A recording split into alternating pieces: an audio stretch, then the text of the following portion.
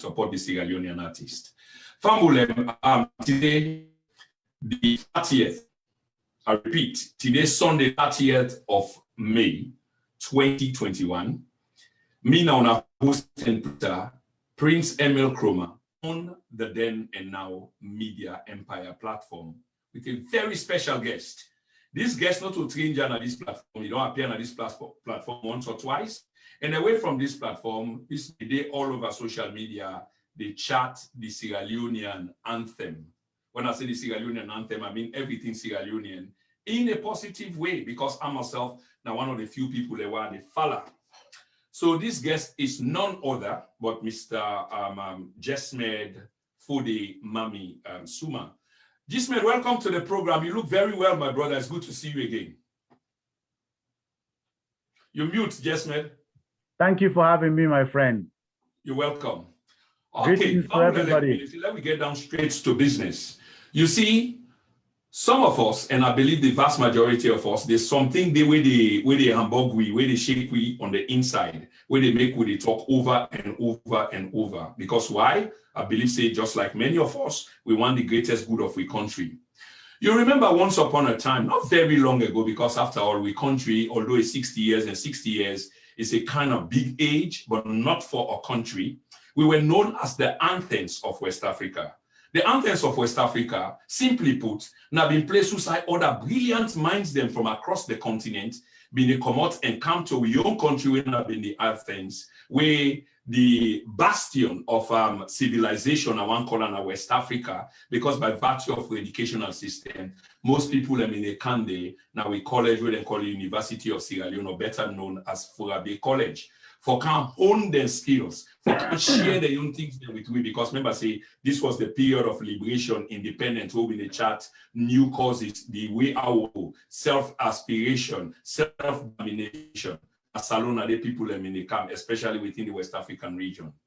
But what's the status? This is just the truth. This status has been lost quite a while ago. First thing first, Mr. Jesmed, we get many serious things there for talk. But away from the politics, the economics, or the science of things, let we flow a little bit, let we get a little bit emotional, if you like, about our country. What do you think, Jesmed, you know, in terms of what I just say? Are you of any optimism at all, say we're able to restore that anthems day? Because I know you come off that age day, I would say you're an academician and you go up the hill day. So these are things that are emotionally attached to you. You think, say, we go ever turn the tide around and become the anthems once again? Not in the same way. What's your thoughts, Jesmed?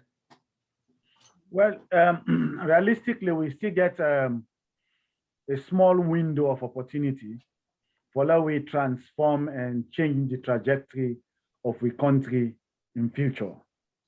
But that window of opportunity is narrowing down by the fact that, say,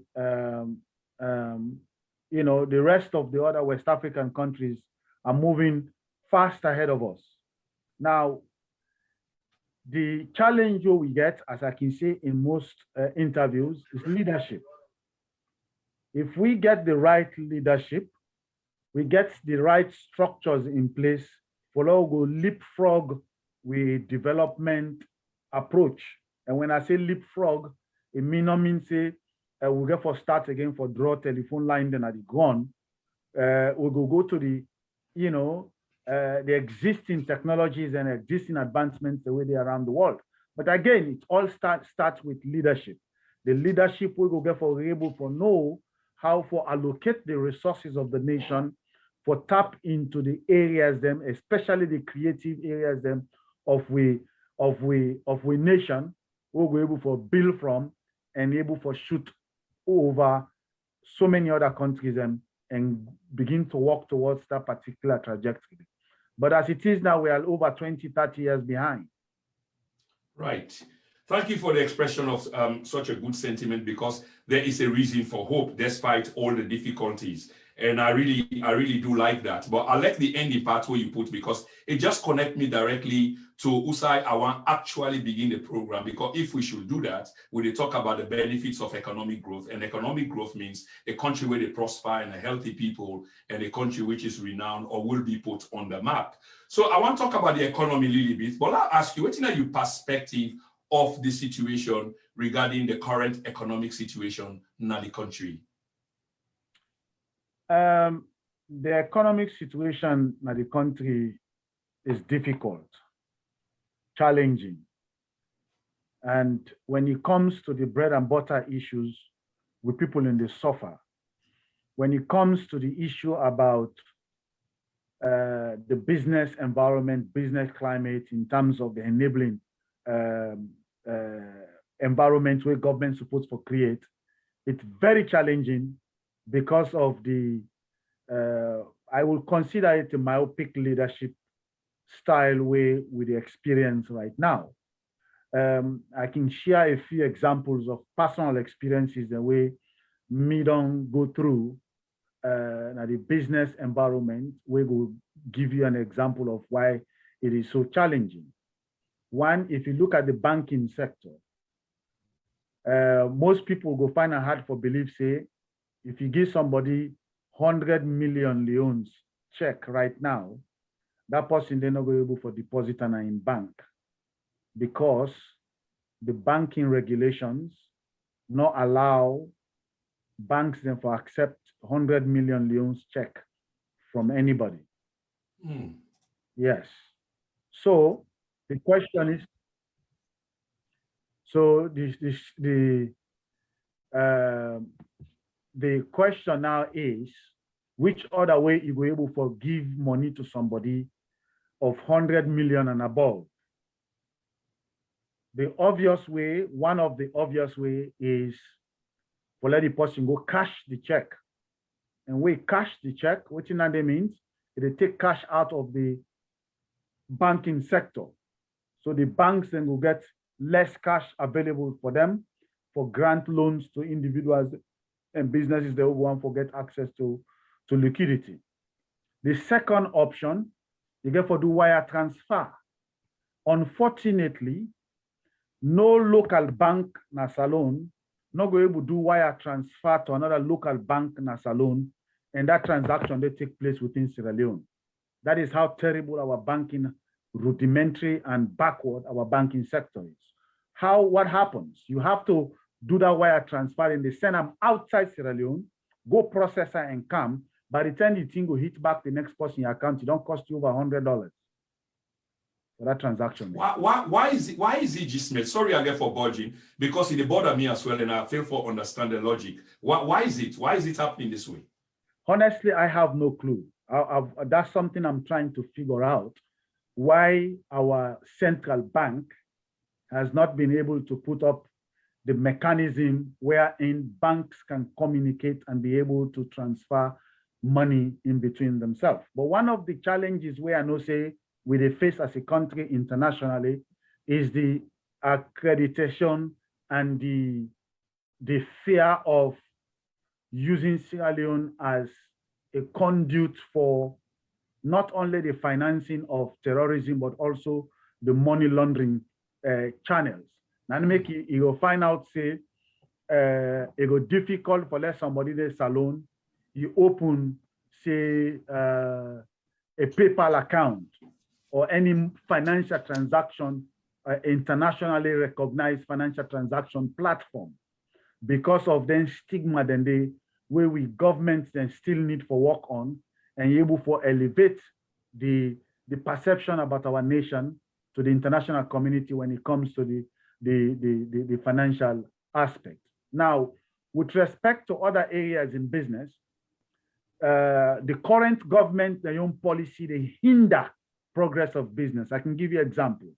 Now, the port sectors, when you go find out, say, when somebody import goods into Sierra Leone, or you ship something from here, say for go Sierra Leone, it will take over 4 to 6 weeks, sometimes 7 weeks before you get to Sierra Leone. Why? Because there are very few ships. They agree for go na Salone because of the landing fees we get for pay. So the very few ships the way they agree for go Salone, then go on for make sure say they get enough containers. We go make it worth for let them go na Salone. Because the landing fees then don't increase, then the people a fee of where they import things into Salone now. When you reach there, you get other unrelated fees the way you get for pay. So they go tell like I say, oh, now 1 million loans no more. But that 1 million loans in multiple times in different areas, it adds up to your cost of the goods that you get for go sell.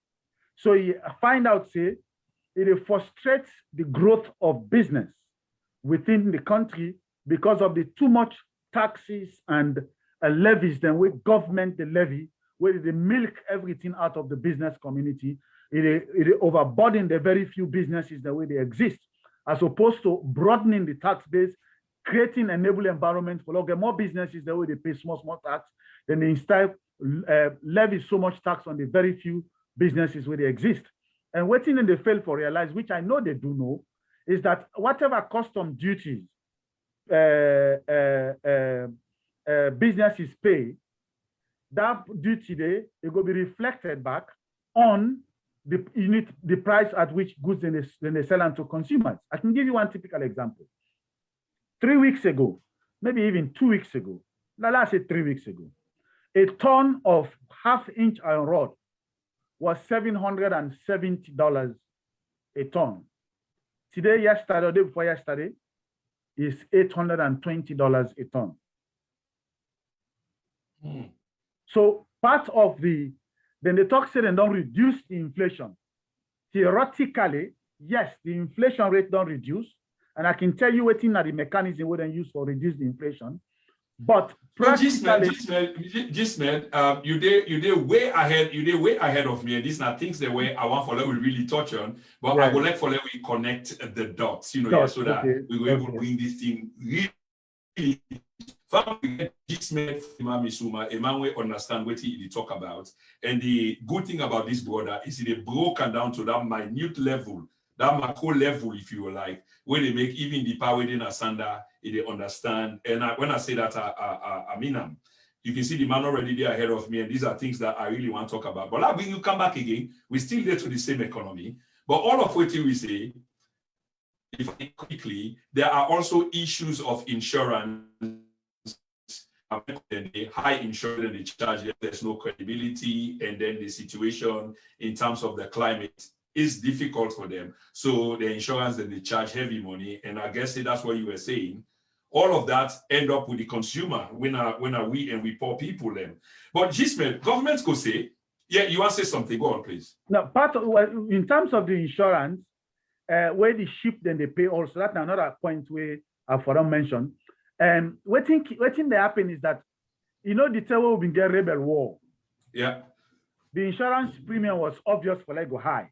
Yeah. Because of the risk elements will be not increased. Mm-hmm. Now, the insurance company then, if you not get a government will understand how then process here they affect the economy of a country and you're able to take up issues with the insurance company then, they will continue for levy all our high insurance day, unbeknown to the nation, where probably, even if they reduce themselves, they reduce them back to that level they've been there prior to the war. And realistically, we don't have any war anymore in Sierra Leone. That is over 20, 25 years ago. But still, the effect of that war, they linger on the cost of the transporting of goods and services in and out of the country. Okay, many thanks. So let me talk real substance about the economy now.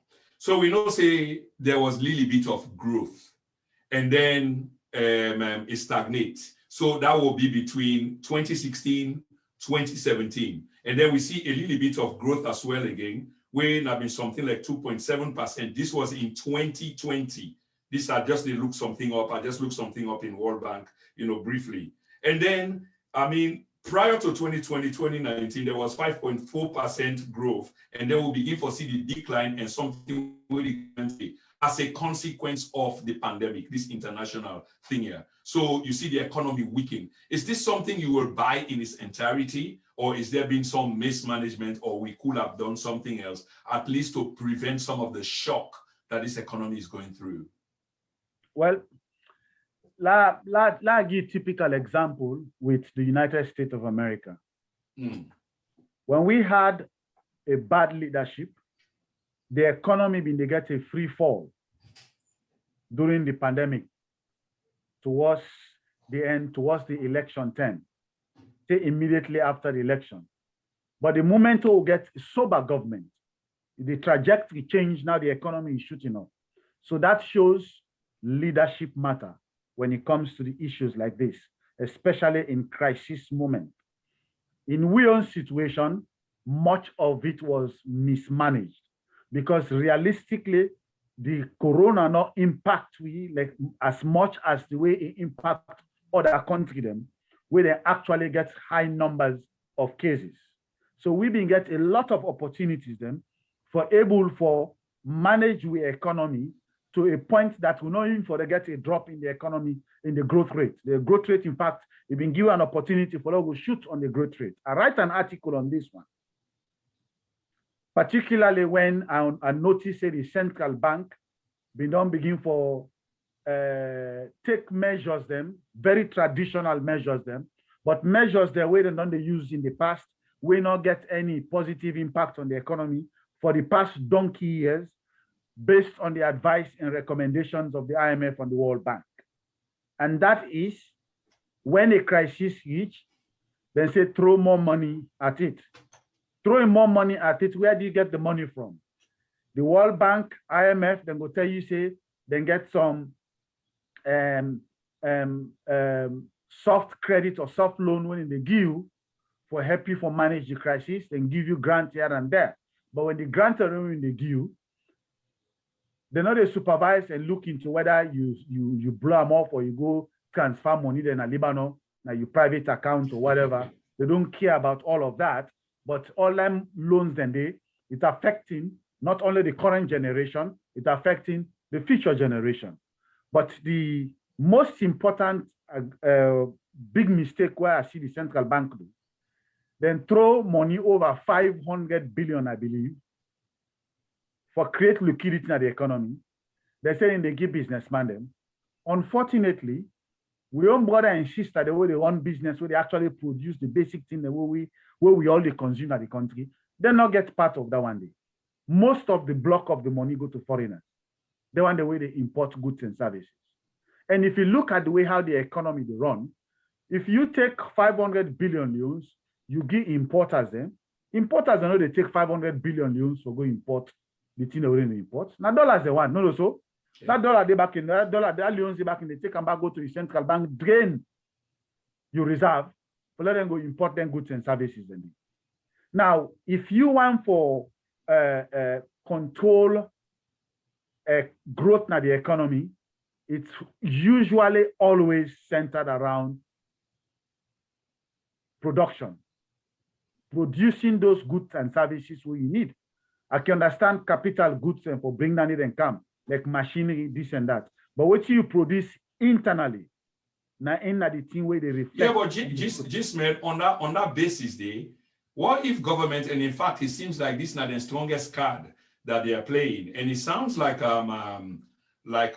something we get some substance, which is the demand for waiting with the sell, also with the generate revenue for show up with economy strengthening them, was weak. Demand for iron ore, demand for diamond, with industry, then with lily industry, the way they get, whether not transportation industry or mineral industry or mining industry, they were all in decline as a consequence of the pandemic. That is true, but this is how you could have managed that. There are two ways you could have managed that. One, you diversify your investment. You not entirely rely on just the mineral resources where anytime where crisis happen, we are affected. You understand? Now, the second one, you control your budgetary expenditure, the fiscal policies. You control your expenditure. You understand? When you control your expenditure, that means you're able to get enough savings for that you're able to inject some of that money into the productive sectors of the economy. Now, with regards to the wire, they not only increase the expenditure, then begin for frivolously spend money, pity fata, then send them money them for go help out with the control of the pandemic and also for help them for create liquidity in the economy. What in them do? Then begin buy their SUV them. Then $70,000 SUV them. For all the rank and file and then jelly buy all this and that, then you scatter. Then come money then they when mommy you not sit down, na makeni, it is suffer in Gary no able for sell because the transport cost don't high. In Gara way they produce, you get 2-3 but what the way they work for them. You know able for sell that Gara, the government no they for can help them. Mami yao where they come up from Bo, you bring in goods and from where name, and they will bring in Gary because people are not getting money waiting for buy them because the cost of the transportation too high. That part the way they create in cassava farm, you know, get no injection of liquidity from the government for let go away. Instead, and take that liquidity, then go give foreigners. You don't run an economy like that. That's mismanaging the economy. Yeah. Okay. And on top of that, I think that's well said. And at the beginning, for grab the principle around that now, that despite the difficulty, there were ways that the economy could have been run with or don't save at least exactly. A large number of the things they already talk about. The heat will not have been feeling too much. The Absolutely. SUVs they weigh by 70,000 a piece. That could have gone and made quite a difference to them people the way you mentioned outside, of that basic realm of government. But Jesmed, we also understand, despite all of these donor grants them and etc., public debt has gone up. When they talk about a 7% rise just in 1 year alone, that's quite significant. And this is troubling, isn't it? It is troubling. It is very troubling. Because one, since Tengaya come within the past 3 years, they don't take loan over $412 million. This is the last time I checked 3 months ago. Maybe within that 3 months until they don't put another $50 million deep on top. So like you round up $450 million loan, and then don't take in 3 years. Hey. If we then continue with that trajectory, by the time they left, then go double an escrow rate of public debt within the take. Secondly, then get grants over $570 million we then give to this government for and on behalf of the people of Sierra Leone. Now add 450 million to 570 million. So we talk about relatively it's over $1 billion. Now put that there aside. We annual budget is between 950 million to $1 billion. So multiply that by 3. That's 3 billion plus 1 billion, $4 billion. Now I don't play with in the last 3 years. And yet, will people and still they suffer? Goodness me, this is a kind of revelation. You see, them fingers there need for be crunched, computed, and broke down into Creole. And the people that need for understand this far and wide because there is something hugely at stake. Thank you very much for that. I think I need for take note of this particular part because we will get for cut them, edit them, and send them out so people they understand exactly the kind of money we don't play around just in three years. Jesmed, they consider debt or classified debt, and they talk about we international partners them as or we country as a high risk or in distress. But yet they continue for giving them kind of money there. What can done for we how this they happen? I know say international community or we partners them, they get obligation, and especially during periods like this. But they also get responsibility. I know you say earlier on. When they give them money, then they go check whether you can go Lebanon or wherever. But they also get responsibility over a period of time for no who the money they go. Other than that, you still put money there, and in the end, now the people then get fulfill the weight. Why is it classified as a high distress debt or debt country? Why? Well, with a high risk debt because over the years, for the past several decades, we accumulate the debt. With a certainty, with a default on payment, or they pay on time, something interest no more able to pay, then they reach a point, a crisis come, then wipe them off. Each time they get for wipe off a debt, that no saying a person an economy where they under too much stress. So when you give them additional loan, the interest will get for be high. But you get to understand one thing: the issue about ensuring that African countries in general, and Sierra Leone in particular, always be indebted to the World Bank and IMF. Now, a specific reason, both economic and geopolitical reason. You understand? So the amount of money, now nothing to them. $1 billion, now nothing to World Bank and IMF. But let's say Salon gets $1 billion debt, now nothing to them. But that's not the key. The key is Now, how they go able to use that debt day as a weapon for control with policies them and control not only with natural resources, especially in the past. Right now, there is some little leeway we get because the inflation rate is not dictated as they used to be in the time of Sheikh Stephen. Now it's a floating rate where they use, where the forces of demand and supply, they influence them, where based on the certain changes in the trajectory of the economy. But the fact that we are indebted to them make it easier for IMF, World Bank, and WTO for dictate to the government them in terms of the kind of policies that wouldn't go one that we adopt. So the amount of the money is nothing to them. Okay. Again, in terms of this money, what they talk about high stress, debt, country, and etc. My understanding, and this is what I want for you break down for we audience as well. Then talk about it as a consequence of heightened insolvency, and they quote this again from the World Bank, and liquidity risk as a consequence of COVID-19.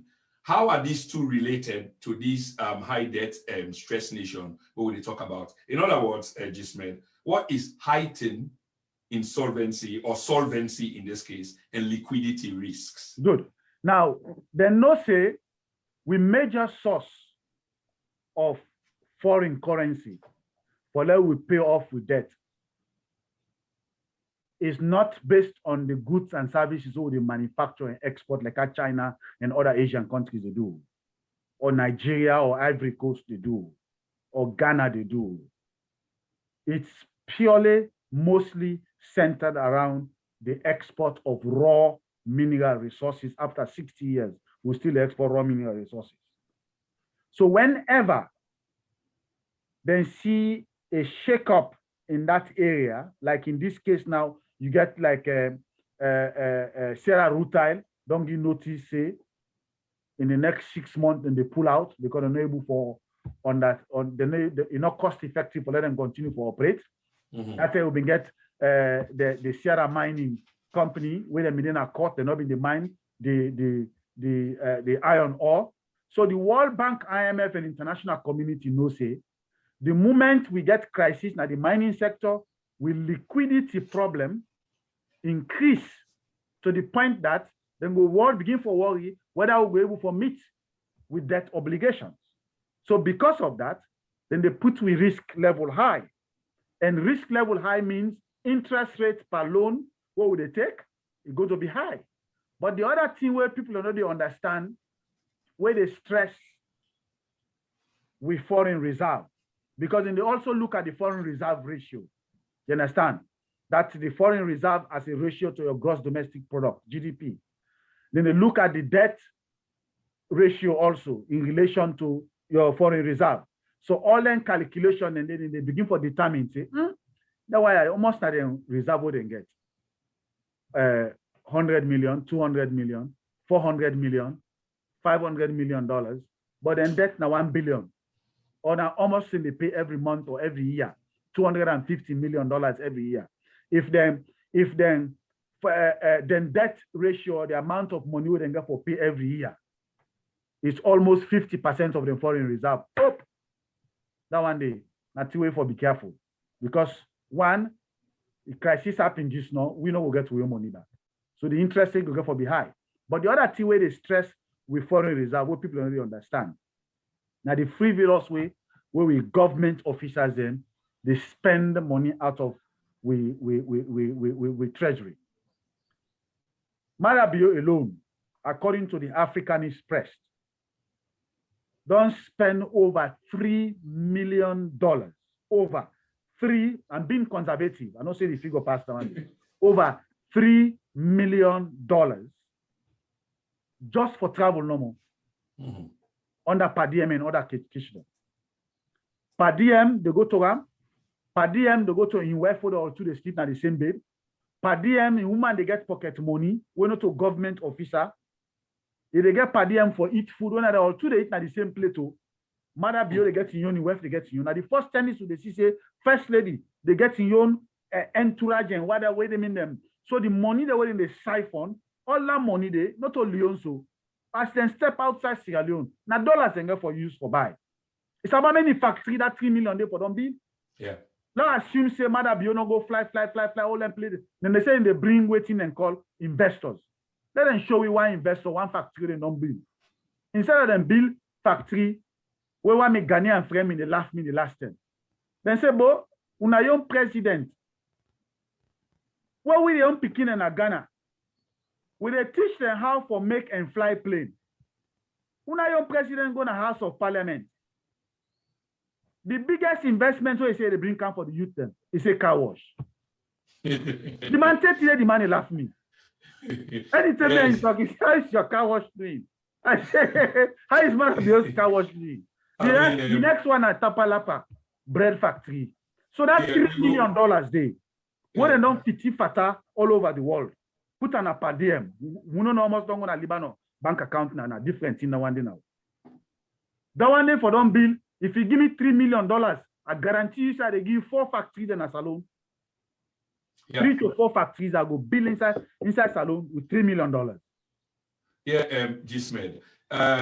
It's not funny. It's not funny. But yet you can't resist laughing, and I like the way how you actually put up, because this is exposing the rot as it's supposed for be exposed. Exactly. And people need for understanding. So breaking them down to that point that you fly all the fly. If you be bring back, then waiting you care go, it doesn't really matter, because it will equivalent or more than waiting you spend for global income. It's like an investment. Exactly. But then you break and down again as per the way how then they share per diem. Now, me first time are they able for you that kind of breakdown where you break and down. So, in other words, the way how then they shape the per diem, that the president and the wife they sit down at the same table and dine the same time, because now one food they come, one order they come, but yet they get different per diem for the food way then they eat. That seems like exploitation. It is exploitation. It's stealing. It's robbery. It's corruption. Wow. There's not to worry about it. Okay. Jesmed, we will come back. There are many things that we will come back to. I think so we don't want much on the economy, and this never really ends. But today we will go back there, but there are so many other areas for let we cover. Fambulem, today the 30th of May, 2021. This is na Prince Emil Koma, the anchor na then and now media empire platform. They host one of the most vociferous voices so far na the platform, and that is that of Mr. Jesmed for the Mami Suma, where they help we for understand many things, and we have not been disappointed thus far. I want to go into the judiciary little bit. Let we go more Panam. There are times when the judiciary can pull some, I want to call them some political / diplomatic coup once in a while. Of course, if you dig deep down into that, it seems like all stage managed, I will say, because we can go back again and look at circumstances and then they celebrate that. But you have been at the end of the stick at one time, politically speaking. You were jailed, you were manhandled, you were roughed by a previous government. So you know what it is like. And they talk about the judiciary, Jesmed, Kamarimba, a political leader, a owner and president for your own party, jailed for almost like a year now, under a judiciary that claimed to be clean, open, independent. Of course, there are question marks about that. And not only Kamarimba, because he's high profile. The list of those profiles, the one that I know, is a boy that was shot at the residence of Deputy Minister of Internal Affairs, Lahai Lawrence Lima, over a year ago. This boy, according to the story, is still the language na Pademba Road, even though he gets a bullet na in foot. He's not been accorded treatment or be treated like a Sierra Leonean, supposed to get treatment, whether in a criminal or not. And in this case, he's not even a criminal because he explained himself. Rob Motman, this judiciary in terms of the Kamarimba, the little boy called Scott who was shot, the deputy minister in place. What do you think? What are your real thoughts about this judiciary? I'm not saying a man we can speak your mind without fear or favor. Well, the truth is, we do not have an independent judiciary. That is a plain naked truth. The judiciary is influenced in 2 or 3 ways. through political machination, through economic or financial interest, or through personal vendetta. Now, with respect to the political machination, is because we get a very weak legislative body. They're not able to provide protection for the judiciary. There are 3 branches of government, but the entire power structure is centered around the executive branch. The executive branch can extend in power and bully any of the other branches, but only if you have a very strong legislative branch, now you're able to provide covers and protection for the judiciary. Unfortunately, the judiciary, they are on their own. They are at the mercy of the executive branch in 2 ways, 2 fundamental ways. 1, actually 3. 1, the appointment of judges, it's entirely controlled by the executive branch, because as it is, the executive branch controls the legislature. So whatever the president says, that's what happens. Okay. He can dictate the impeachment of any judge. And that can be done in a second, because we have the most corrupt Speaker of Parliament, who is very partisan, even though the system was set such that we get somebody with integrity that is not partisan to be Speaker. That is why somebody can be a Speaker who is not elected as a member of Parliament. The reason why they did that is because they didn't want a member of Parliament becoming a Speaker who is obligated to be partisan to their own party. So they created that avenue so that we can have a Speaker that can be independent-minded. But we get one of the most partisan, most corrupt, most unethical Speaker in a very long time in the history of Sierra Leone today. Yeah. So the judiciary are at the mercy of the executive in that area. The second area, the judiciary is at the mercy of the executive in the area of the allocation of resources. The executive branch dictates the budgetary allocation to the judiciary. So even if they don't allocate funding to a specific department or to the judiciary, even the disbursements of those funds is still controlled by the executive branch. The type of car the judges in the drive, the kind of fringe benefits they get, whether they get their salary on time, is dictated by the executive branch. Nobody to protect them. Nobody to protect the judiciary. So because of that, it is hard for them to be independent. The third and most crucial one. Now, assuming you're a judge, and you are,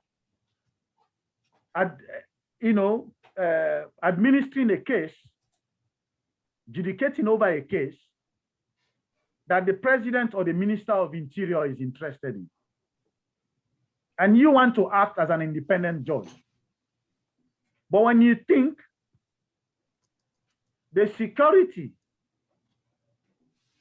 that mans your wife and kids at home is provided by that minister of interior, your life is entirely in the hands of the executive branch. How will you, the judge, be able to be independent in a situation like that? Okay. So in that situation, I can understand when judges then can find it hard for being independent. But there are other areas the judges can be independent if they get the moral and ethical principle upon which they're expected to be administering justice on. And that is where we are lacking so many areas. For fix the first one, the judges do not get no influence until we get a political party or a leadership where we go look into the problem, like I don't analyze and so, you're able to change the entire structures of government such that you're able to provide protection for the judiciary to an extent that they're not able to be machinated and controlled by the executive branch.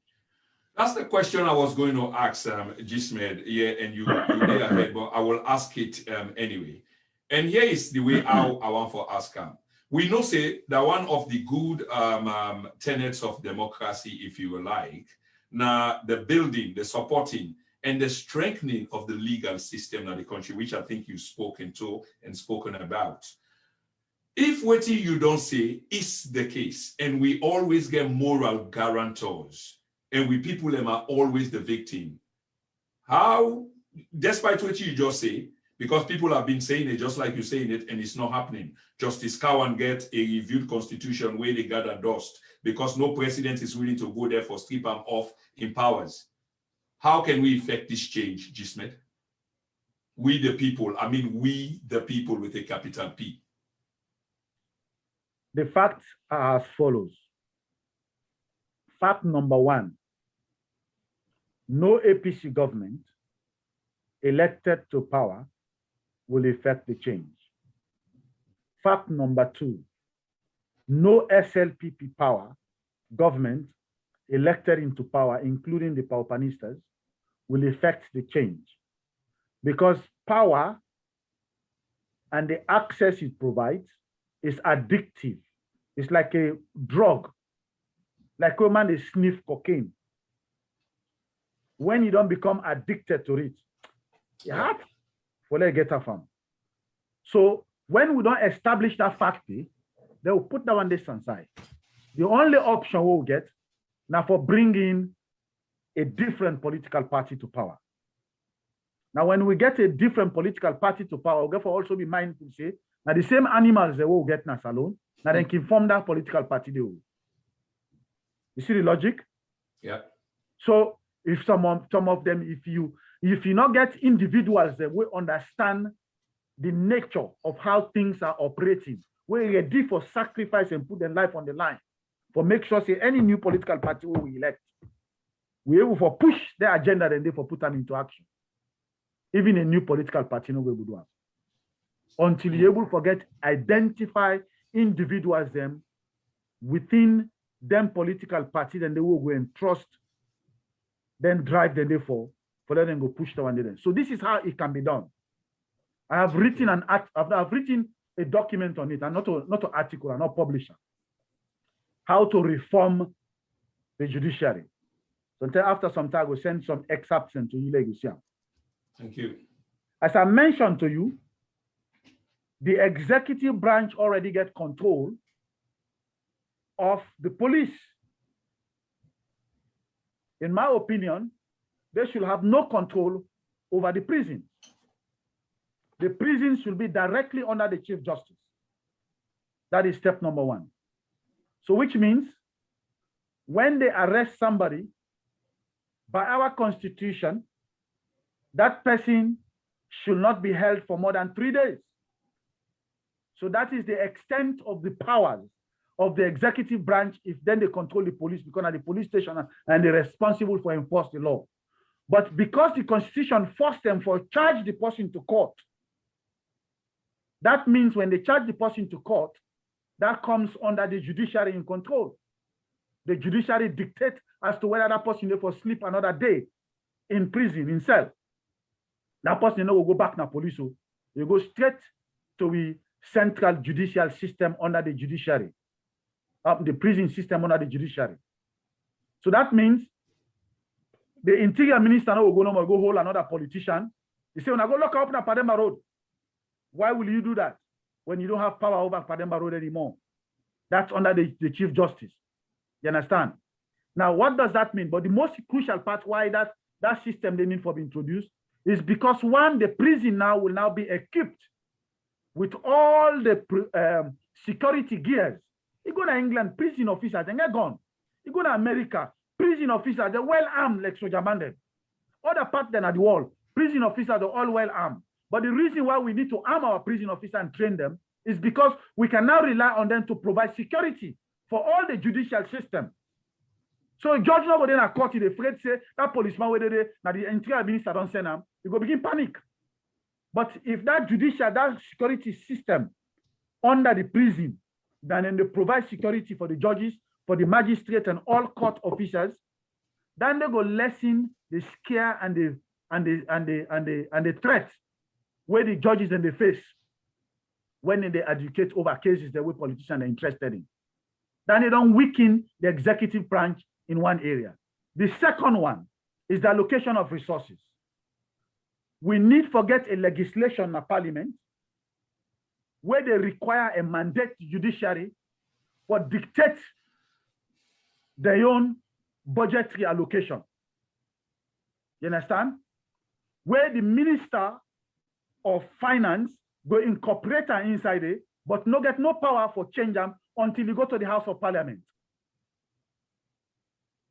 Right now, as it is, the Minister of Finance go say, the judiciary, una give me una own budgetary, whatever, estimate this and that, they get a committee, they bring up. The minister can go butcher, no, this, I don't want this judge forget this motokai, I don't want this one forget this benefits, I know this or other allowance here too much. Bam. The minister got a power for do right now. But what I'm saying, the minister, the executive branch, if we want to have the three branches to be independent, the allocation of resources to the judiciary should be dictated by a committee within the judiciary, when they submit a copy to the Minister of Finance and submit a copy to the House of Parliament. Just bought in there because it sounds all good on pen and paper. For put them into practice, of course, you go get in your own hitches. For example, what you are seeing to this, we know say the three arms of government naturally they tell we they are independent when they are not actually independent. Mm-hmm. So waiting agara you they say it's about the processes and procedures like stripping the president of resources and certain things that way it gets say over or some veto over. Mm-hmm. But the whole thing boiled down to reducing the powers of the president via the constitution, not so, and empower all the other side and build state institutions and empower the institutions for do the work. Yeah. So the third one, I make the third one, now the appointment of judges. You understand? Like how they do that Kenya, they get an independent body. We're responsible for that. Where they make them kind of recommendation indeed. So we need something of that nature. We get a balanced independent body. But that independent, that body, the independence is also to the extent at which their interest is being protected or their powers are being protected. So that the president, go be the president at your own prerogative, or you also go choose somebody, say, oh, well, let this be judge, or let's be the chief justice, or this and that, or they can't fire the chief justice. For let go fire a chief justice in Kenya. Yeah. You the president, don't go to work. You understand? So that kind of system, and I'm Dr. Kane Kolayo Mukela, the advocate for. Now bring the Kenya system into Sierra Leone. Now I make the Kenya, you see how the Supreme Court, they rule the case against the government on several occasions, even on election time. Again, it was as a consequence of actions by the people. And they can be used the word earlier on with a capital P. Thousands of lives were lost. They were willing, and this is why I'm trying to speak to Jesmed. If we really want these changes where you talk about, assuming theoretically that you are a leader, you're gonna have to need the support of the people, my brother, because these two sides, they're knee deep into this morass, this political morass that you yourself to identify that for do away with all of these things we will talk about. It's gonna take like bringing down the entire Freetown, if not the country. Let's tell you something. Uh-huh. I just come on salon, you have know that. Yeah, I did watch some of your interviews, by the way. With people, they are so hungry for the right leadership. I swear to me, living God, if you get the right leadership like the Jerry Loring light of leadership and salon, you don't need plenty to talk. So I was going to come to that, and that's interesting that you don't already preempt that. We will come to that. I love that. Let me shelve that little bit because we will come to real politicking. I want to talk little substance and little science. But if you talk about the people support, right? That seems say me a president right now. You understand? If I continue to do the right thing with the people they want, believe me, I don't need for preach. Now then go support me. You go see the massive popularity where the president go get. The people are hungry for good. Yeah, like a Magafuli sort of a moment. Magafuli type of way. Yeah, absolutely. It's about the people. Yeah. But again, why should they talk about all of this? Still sticking with the judiciary, Jesmed. Access to justice is still highly discriminatory. Only the haves, the powerful, can get some kind of justice. In other words, justice is selective. If you are nobody, there's a complete discrimination. You go languish in jail, die in jail, buried as a pauper. How long are we going to keep up with this, Jesmed? It's killing us. It's killing us. It's killing our youth. It's killing our people. It's draining our resources. It's weakening our economy. It has such a serious adverse effect on every aspect of life because of the weakness and the rottenness of the judicial system. Okay. Today, I can give you examples. Today, if person get case, now 3 things now I'm going to save you from the case. Not to the fact of the case, not to whether you right or wrong. The only thing where the 3 things the way they save you: 1, whether you get political connection; 2, whether you get financial influence; 3, whether you get some direct influence with the judge or the magistrate who they administer your case.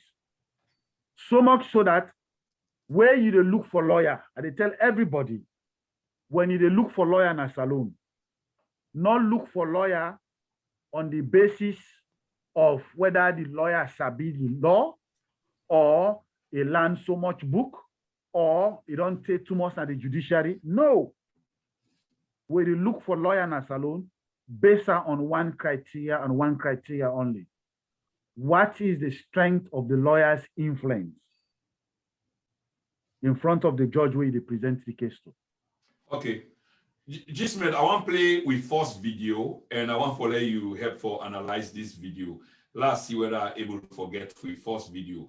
Fambulem, by the way, this na the then and now media empire, they come to una today, the 30th of May 2021, and me when they talk to una, I mean Prince Emil Koma, and they talk to a very special guest, Mr. Jesmed, for the Mami Suma.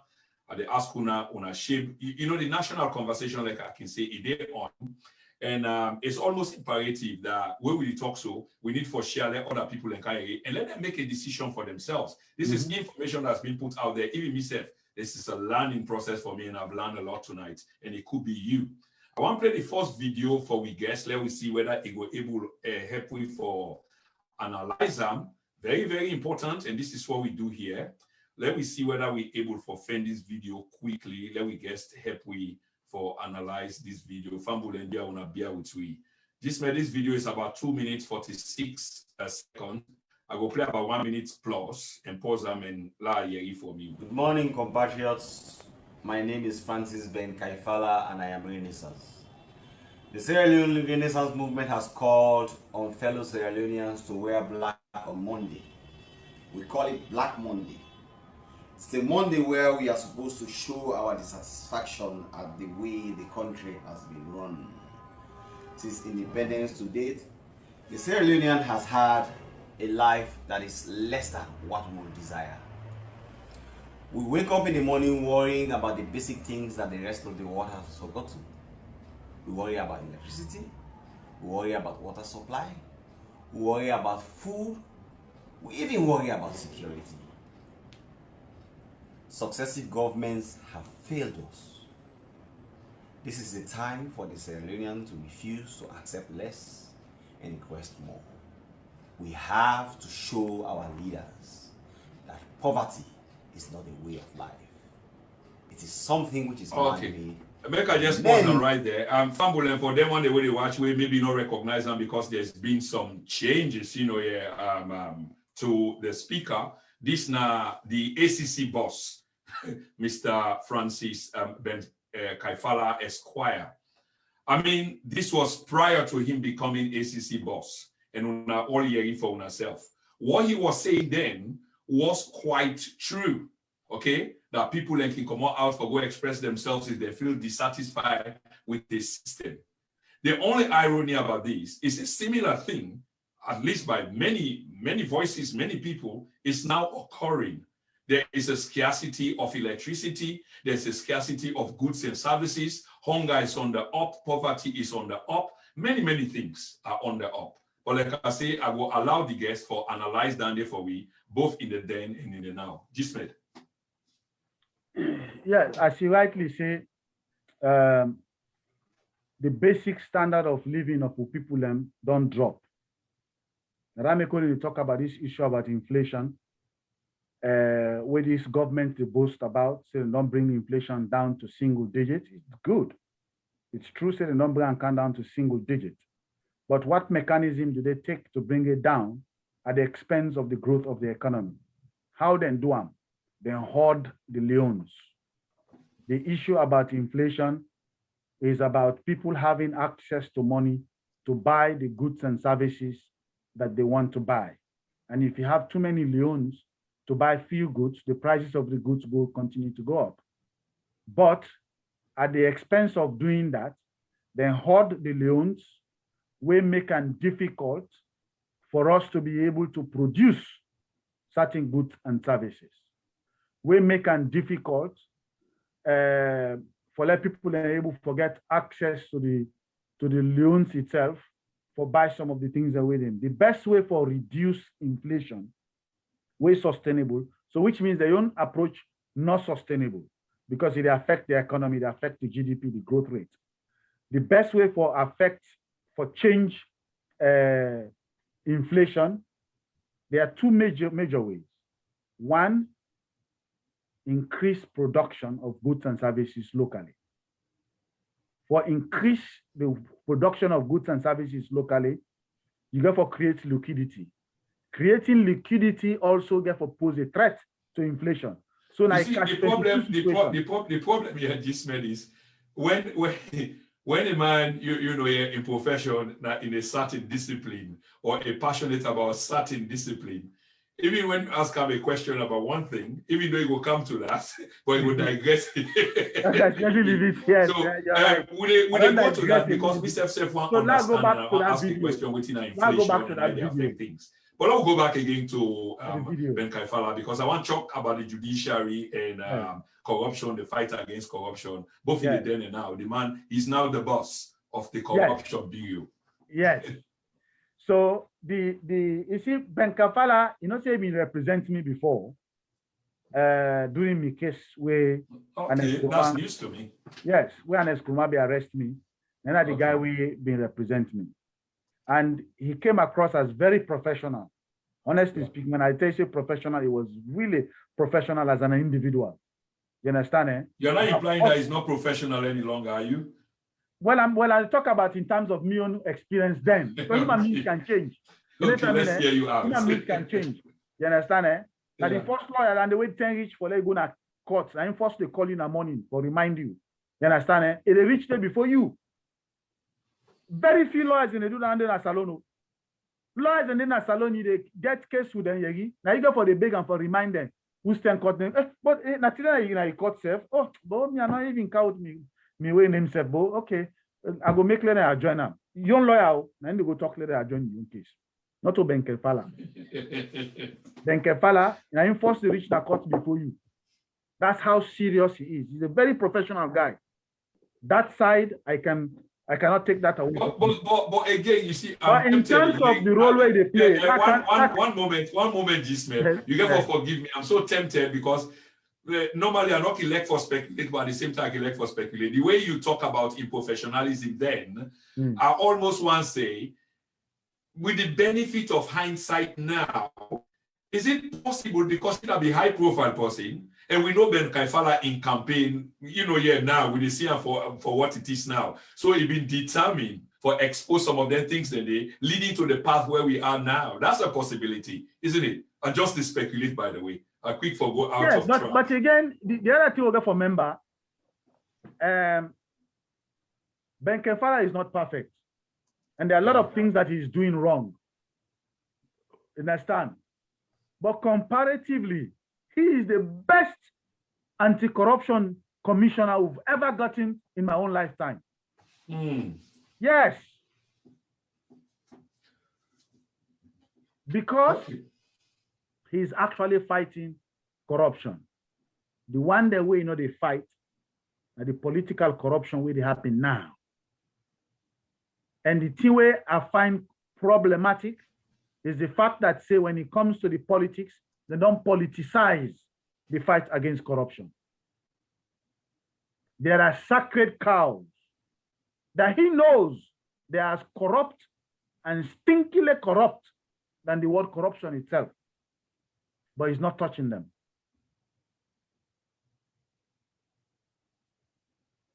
That puts his entire fight into question. Now he has to now choose, Ben Kaifala has to now choose, either I do my job effectively and at least risk me being fired. Yeah. Because Marabio is quick for do that. He's very corrupt. Anybody want to touch him in your corruption side, believe in me. You go. No go pull well. Either that or he puts in eye down, overlook the stinking corruption where they happen at the top, and at least able for fight, the little way able for fight around them. But if I'm in position, I'd rather lose my job. But Jesmed is absolutely a conflicted man by many respects, and you make the case, but at least you try for give some kudos and some partner at the back, which make you a little bit generous. But if you were put there to fight a particular cause, yes, you made a sweeping statement and the best corruption boss ever to some respect. But the fact that he's looking the other way, and not only looking the other way, he's made statements backing people at the top, the political corruption, as if they are not corrupt. He's praised the First Lady, and the First Lady is immersed in corruption. Really? He has praised the First Lady? Oh, yes, he has. He has. Many times the videos are out there. I'm not making this up. Because he's weak. Because of what you say again. He cannot do it. He cannot touch the president. And you know, say the president may swear to Ram. They declare the making declaration. So it almost sounds like a court between them all two. Now to another, he goes swear almost he can't wait before he turn president. And they all two know that secretly. So we can understand clearly. So in some people's view, this is not the man for fight the corruption because he don't compromise 49,000 bags of rice. Corruption, they start with integrity. A man of integrity with principle. Absolutely. That should be the one to drive you. Not political interest, not financial interest, not party interest, but your integrity and your responsibility to the constitution that you serve. When you lose that, you are no more relevant. And as it is, he is disappointing a lot of us. A lot of us. Yes, indeed. But what to make us say that initial comment is because in comparison to what in Ade Macaulay, this is 10 times better. I mean, there are many stories that could go on and on and on because let me be honest. I admired him as a young lawyer. I admired the work that he was going to do. I started talking a lot about him and we programmed them. I even carry in quotes, about how the fight against corruption is a holy war. Because we want to see, we don't say corruption at the end, but corruption being so rampant that we want to see it mitigated. Unfortunately, and I think that it comes with good mind for fight this corruption. But again, it's unfortunate that the team where he can fight the corruption with, they are more corrupt, and he can't afford, for this them. Than he say in the underworld. He can't do that because he's conflicted, he's compromised. So he's very much compromised. He's very much compromised. The fact is, if the anti-corruption boss allows corruption to happen under his nose, and to the extent of praising those who are corrupt, absolutely, that means you are corrupt too. Yeah. And you can't fight corruption. He is. It's unfortunate. Now, what he make the statistics they show good trajectory in the area of corruption is because at least he's making an effort for, but then Sabi control the media. Yeah, but Jesmed, this is exactly what I was going to say. This is exactly what's happening. They've spent massive amounts of money, and I'm not saying this. Go check the Auditor General's report. Some of the money that we're missing there, we know say it went to farms, PR firms, consultancies, chief minister. Just forget these accolades and these praises from the international community and few CSOs where the Africanist press may say and therefore publish those names that have been compromised when are part of this enterprise. Then Sabi come up with those soundbite things where they make the press pick them up, but then they see the ending. For instance, when I say this one, like quoting that episode in New York, where $3-something million, then siphon them. Then say for go do renovation. Within 24, 48 hours, that guy don't go arrest 3 people, and God knows what will happen. But when the international community go don't sit down there now and go say, oh, these guys are serious. Absolutely. The ending, and the team, towards the end, I'm going to make deal now, then people and they go scot-free. Now the other thing now, the only way why they tell you, the only way we go change Salon, now for change the party, change APC and SLPP completely. I absolutely agree with you, Mr. Suma. I absolutely agree with you. Ghana do am. Now make Ghana then get a new president and get a new political party, then they grow. Nigeria do am. Ivory Coast do am. Senegal do am. All that country that way change the whole party them, all politicians, because it's not about the individual anymore. It's the institution itself. Yeah. When the party in culture is corrupt, is endemically corrupt, anybody will shoot out to come up from that election and Angel Gabriel, you're going up for be corrupt. So the worst one where you lawyer do, just before I move away from there, is that won't be so brazen.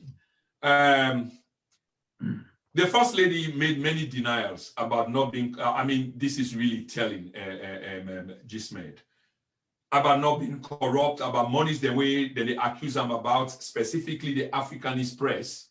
So even before the Africanist press, that woman they been go talking at the Gambia. Sierra Leone money, penny. Yeah, exactly. That's what I'm saying. That's what I'm saying. And when the Africanist press persisted, we don't see the for them in the world for going at boss. Absolutely, with incontrovertible evidence, and then they started accepting but trying to rationalize them, but abusing the processes and procedures.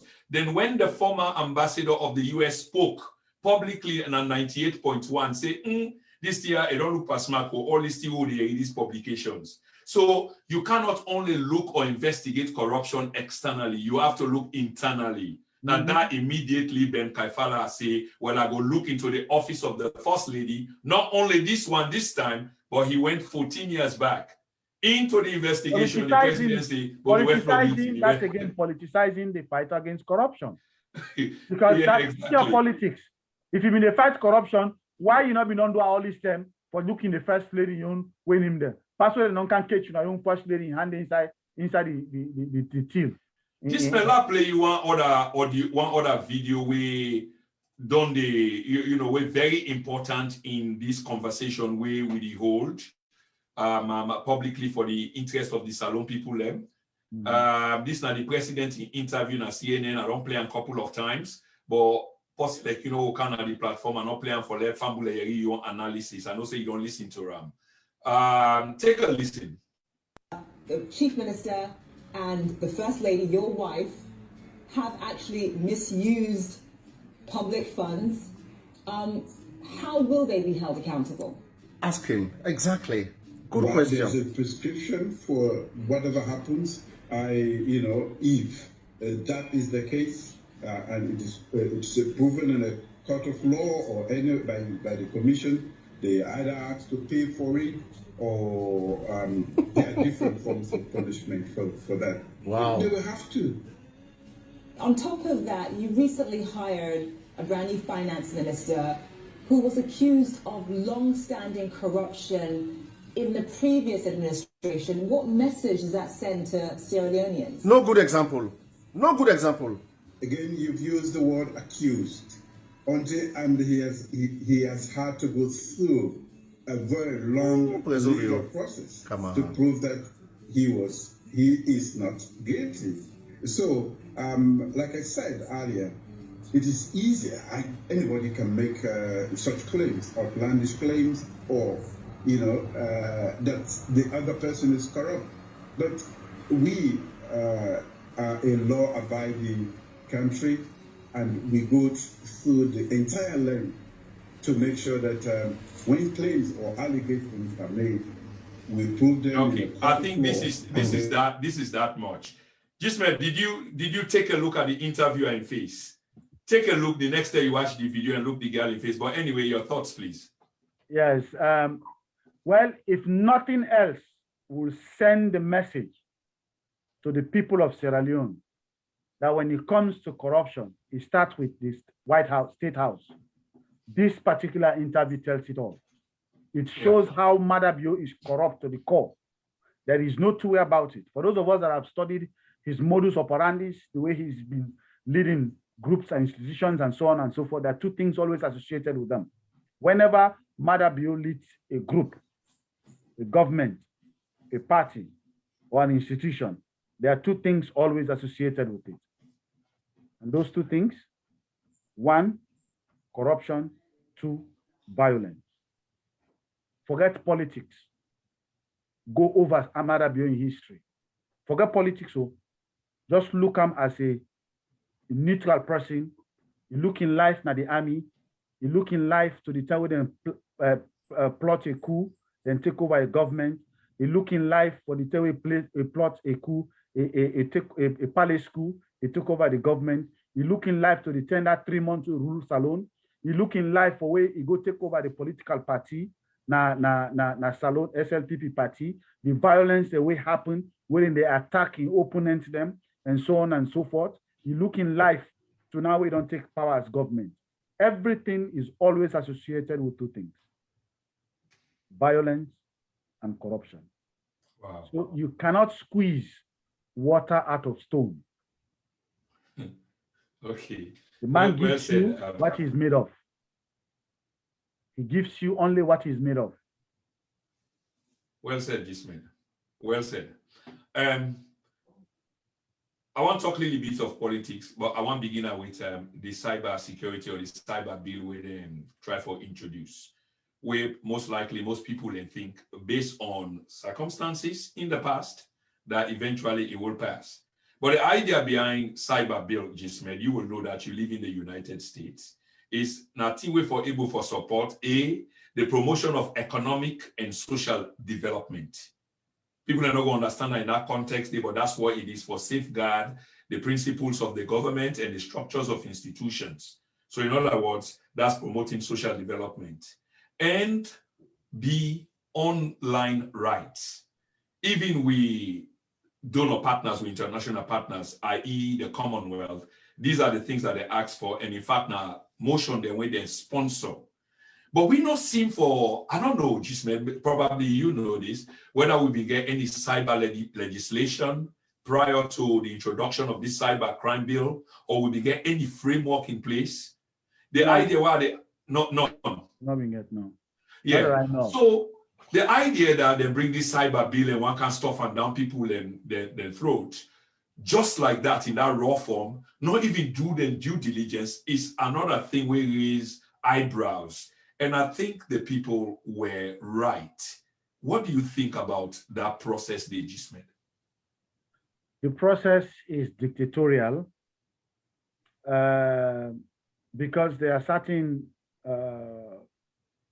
requirements and way they need to follow, including allowing the House of Parliament for debate and stuff like that.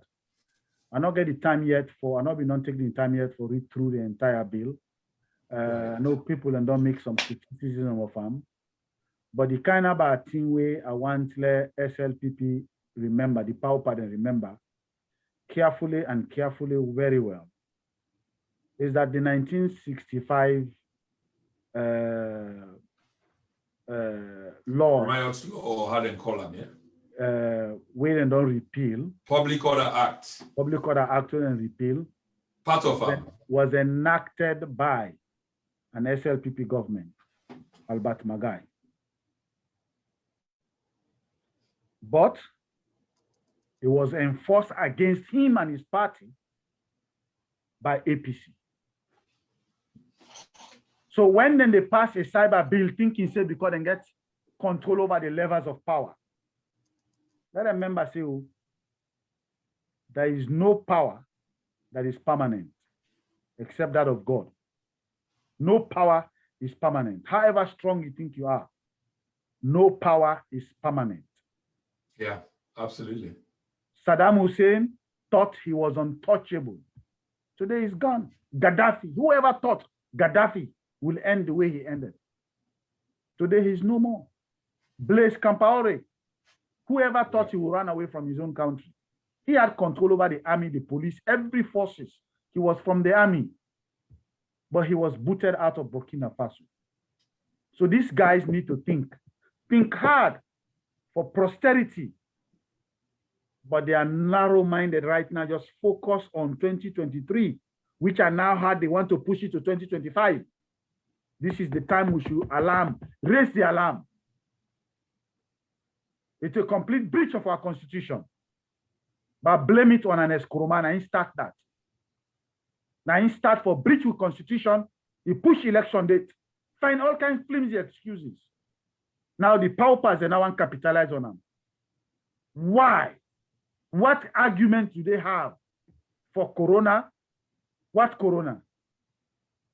Because they want for machinate themselves into power. If you know, say, a good government, you don't deliver, no free election. By any government where you see the free election, no say they don't do bad. And they free say the people and they boot them out. Okay, Jesmed. we run out of time, and we get so many more things for cover quickly. So we'll try to see whether we can rush to as many and end up on the economy, hopefully, if you not sleep me. But Famulem, today, the 30th of May, we are having a very good conversation here. It was supposed to be the week in review, but you talked to a very clever brother, an academician for that matter, highly respected within the political community, the social media space, and he speaks truth to power. He's not known for sitting on the fence, and I'm having Jesmed Suma with me here tonight. Jesmed, there appears to be, I want to go to human rights quickly because there is so much, talk about the violation of people's rights. So I wonder we touch on that briefly because it looks like, say, there is a lack of respect and abuse for both civil, not only civil, but political, economic, and social rights of we people. We people basically have been brutalized. And I'm not saying this, I'm not making this up. We wake up every morning, we see the videos, we see writings, we see police, they kidnap, not arrest. The case of a guy then called Michael, we I think say he wear black for protest because somebody say for wear black, only expressing that. He was kidnapped, put into a vehicle, daylight, and they record him, taken away. Many others, including Dr. Sylvia Blinded, who was never arrested but rather kidnapped. We see a journalist kidnapped, never taken through the process, and they talk about Sal Jallo. So this seemed like a recurring theme and a kind of pattern, which is kind of fearful. Speak to the abuses there for we, please. Again, I alluded to it earlier. It's part and parcel of the DNA of those in power. Violence, brutality, thuggery, fascism is part and parcel of certain individuals within this pauper government. Collectively, they form the core of what dictates the direction of this government. You get people inside this government where they mastermind the civil war we don't go through. So the issue about war, killing, bloodthirstiness, attacking people, feeling good about it, cyber warfare, when they wage against women, then get people inside this government where me and they don't spar on social media, where the language they were in they use, in the city, raw violence in them. I don't care how many PhDs they get, but the inner core is just imposing power and force on others. They enjoy it. Like a vampire, they enjoy sucking blood. You understand? Now, so some of them enjoy inflicting pain on others unjustly. Wow. Okay. So if you understand that, then you know, say, we get a challenge ahead of us for make sure, say, then Gaia, they don't sit back in the house, in the power structure of this of our nation after 2023.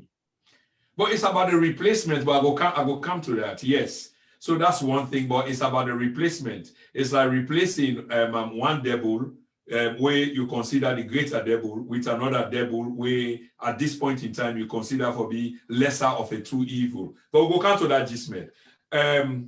I still want to run to parliament quickly and other things, especially with the mining deal. We'll not talk about the mining deal. And that also related to the government. We know say we read the Africanist press, especially Chernobyl, we talk about processes and procedures, a lot being abused. And it seems like we see that on a daily basis. There was some form of bureaucracy, regardless of how we may not like the APC, especially if we do a root analysis, if you like, if we do a contrast between the two, there was some form of bureaucracy. This one looked rampant because with the gun APC government, I mean, they go and initiate an parliament, regardless of being rubber stamped. So they get some form of legitimacy where we go say was kind of illegitimate, but it was carried out there. What they speak to Jesmed is like, for example, the mining contract. The leader of the opposition party in a parliament sound off the alarm some time ago, say, there is this mining where this man and don't go sign this deal without our knowledge, and you're not supposed to bypass parliament at all. So even when he sound that off, the contract still went ahead and was signed by members of the government, and as we speak, that mining without the knowledge of parliament, as stipulated by the constitution, is ongoing. This is dangerous. This is a dangerous pattern, and it seems like the ante is being upped. And like they say, if they not bring a different kind of government, it will seem like a repeat all over again. This cannot be tolerated, Jesmed. I blame it on the opposition. I don't blame the government. Because if you know a vampire, you know a vampire. You know what a vampire will do. You understand? So all you have to do now, what do I do to put an end to that vampire? You don't how do you do that? Good. If I was in the opposition, I don't even need to head the opposition. I don't even need to head maybe like APC will get plenty seats in a parliament. They might be listening to you. Advice. I just need to be in the House of Parliament. I will sue the government. I will sue the speaker. I will sue the president in the house of, in the court of law. Now then control the judiciary. But guess what? During that court proceeding, the entire nation and the entire world will know the constitutional breaches. That's all I care about. It's not about winning. It's about sending a statement and let them know not everybody is a fool, and let them know not everybody is a sissy. Let them know there are people who are ready to put their lives on the line to save the soul of our nation. Right. But you need a political platform to ride on. Right. This sounds like very much like the art of war. Jesmed, we see all the muslin of this same parliamentarian there. Or can I just put it differently? You feel that they are complicit in the manipulation, the looting and raping and plunder by this government? You feel the opposition is complicit, at least to some degree? Yeah, they are. They are certainly accomplice to it. Right. I know some of them are terrified because of the same thing that we are alluded to. Yeah. The issue about threat, violence, and stuff like that. But that comes with the game. In other words, if Nelson Mandela was scared of the powers that be at that time, he will never have been able to free South Africa from apartheid. Right. But when you are determined, you have a vision, fear is secondary. You're driven by your vision and your determination to see results. Jesmed, we also witnessed during this period, allegedly, but carried by mainstream media, respectable mainstream media, about the sale of we rain forest. The government been quick for come out and try for massage that conversation. Like you say from the beginning of this conversation, they are quick. They get some kind of machine in place. We quick for go on the defensive and then the offensive. But we then know from credible international sources that then they in cahoots with the Chinese government, and over 200 acres of land, rainforest land, has been sold to the Chinese for some fishing project. What are your thoughts on that? What do you know about this particular topic? Now, me not even believe say now fishing harbor the one for bill. Because it's too massive, eh? Not only that, massive is good. Fishing harbor is supposed to be massive, but there are so many. No, I mean the area, the mass of the area, it's too massive. 200 and some more acre of land. Exactly. You know, so if they really need a port, a fishing port that is deep, I can show them 3. That is not winning water. I can show them 3. One of them is Kichom in Cambia district. The port is deep. All kinds of ships go for going inside there. Then go for build a massive fishing port there. Allah say no go Kichom. Solima or Bunt. Then they're fishing a full back. So why there? Why that particular point in your view? Which you know, or what's going on? My own rationale behind it, because of the Chinese want to have an easy way of diverting our port, Wataki. Yeah. Easy way of diverting, bypassing the central part of the city to access Wataki in the export of their timber. You know where it come up from Peninsula, from Waterloo. Yeah. You don't need for Kandong, Wellington anymore. You understand? You pass straight, and that bypass with the BAP go to Blackwater, whatever the loading sand I go.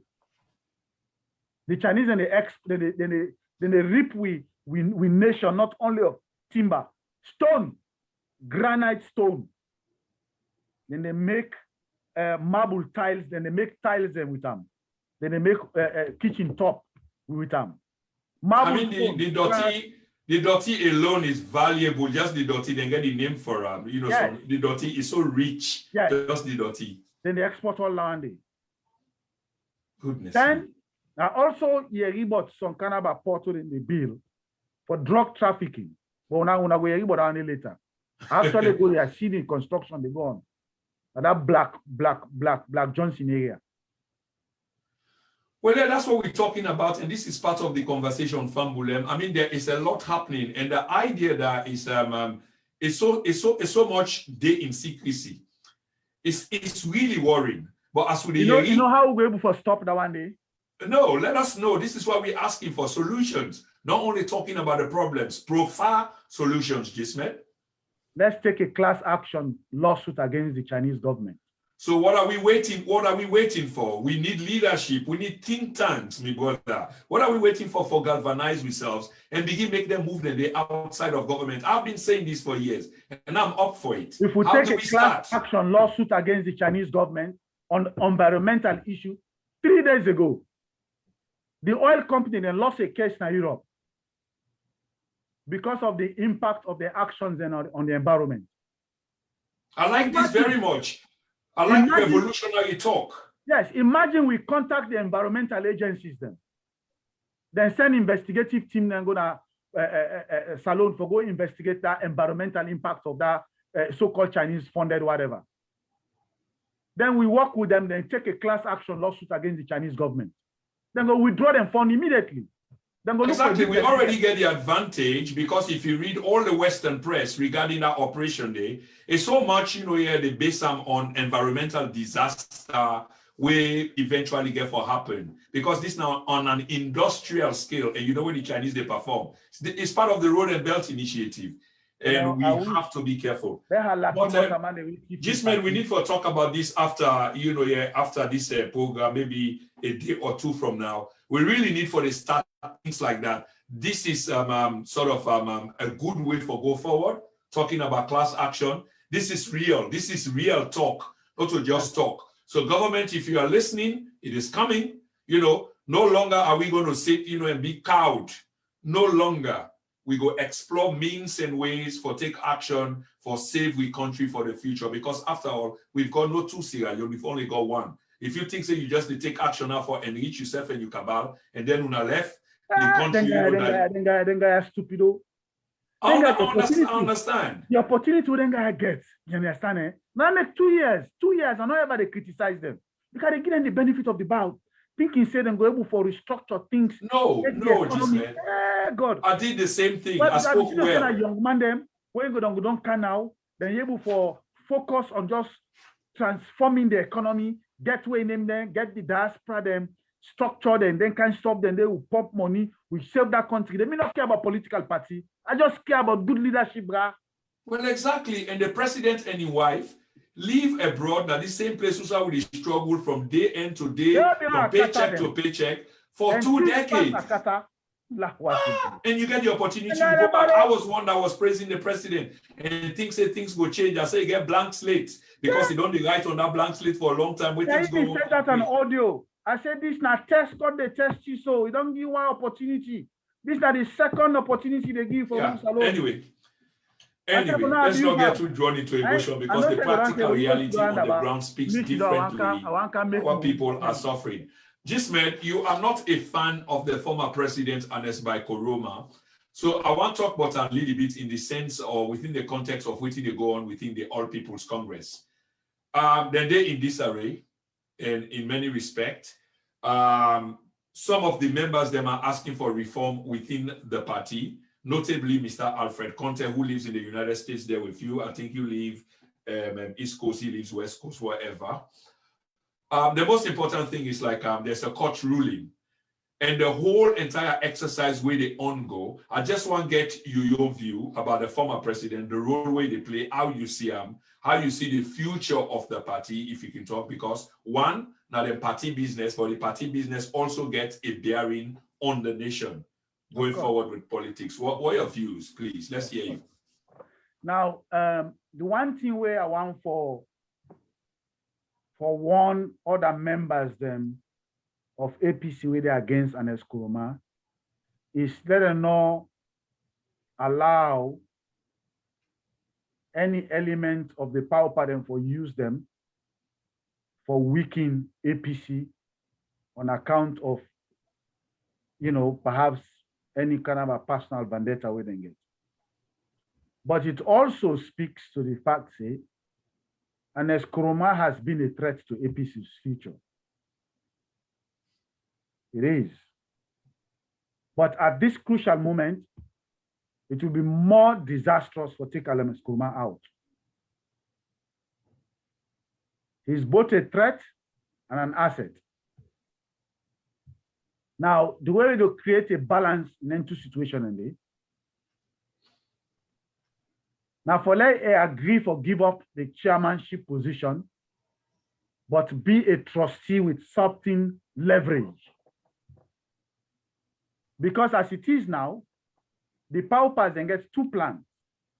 Plan number one, then plan for push the election to 2025. We'll get ready for that fight day. Plan number two, then ready for lock up any candidate where APC put forward as a presidential candidate. All this talk about enforcing the anti-corruption stuff, then they wait for that moment. Yeah. When they say politicizing and fight against corruption, they are really ready for it. They're not playing. Yeah. The moment APC settle on a presidential candidate will be known day before within that particular government, especially an Ernest government, whether now 1 month is served at that government day in hand dirty, because an Ernest government mean dirty. There's no two way about it. So much so that the moment they say this now we don't settle on, they go see anti-corruption, they go arrest and go lock them up, and then get grounds and get legal document for proof.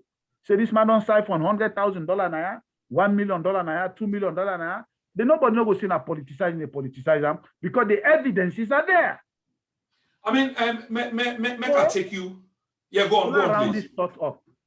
So the best thing Ernest Koroma will do for the party right now.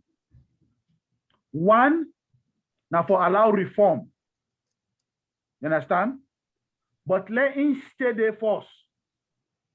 Because now he still a bankroll the party. All the other man they will don't thief come out. They not get mind spent by APC and Ernest Koroma they spend by APC. They nobody through now, yeah. So all the year they go and jump say, oh, let Ernest Koroma come out. If Ernest Koroma come out, APC they for down. Yes, if he come out right now, APC go for down. Because they not get the finances for put themselves together.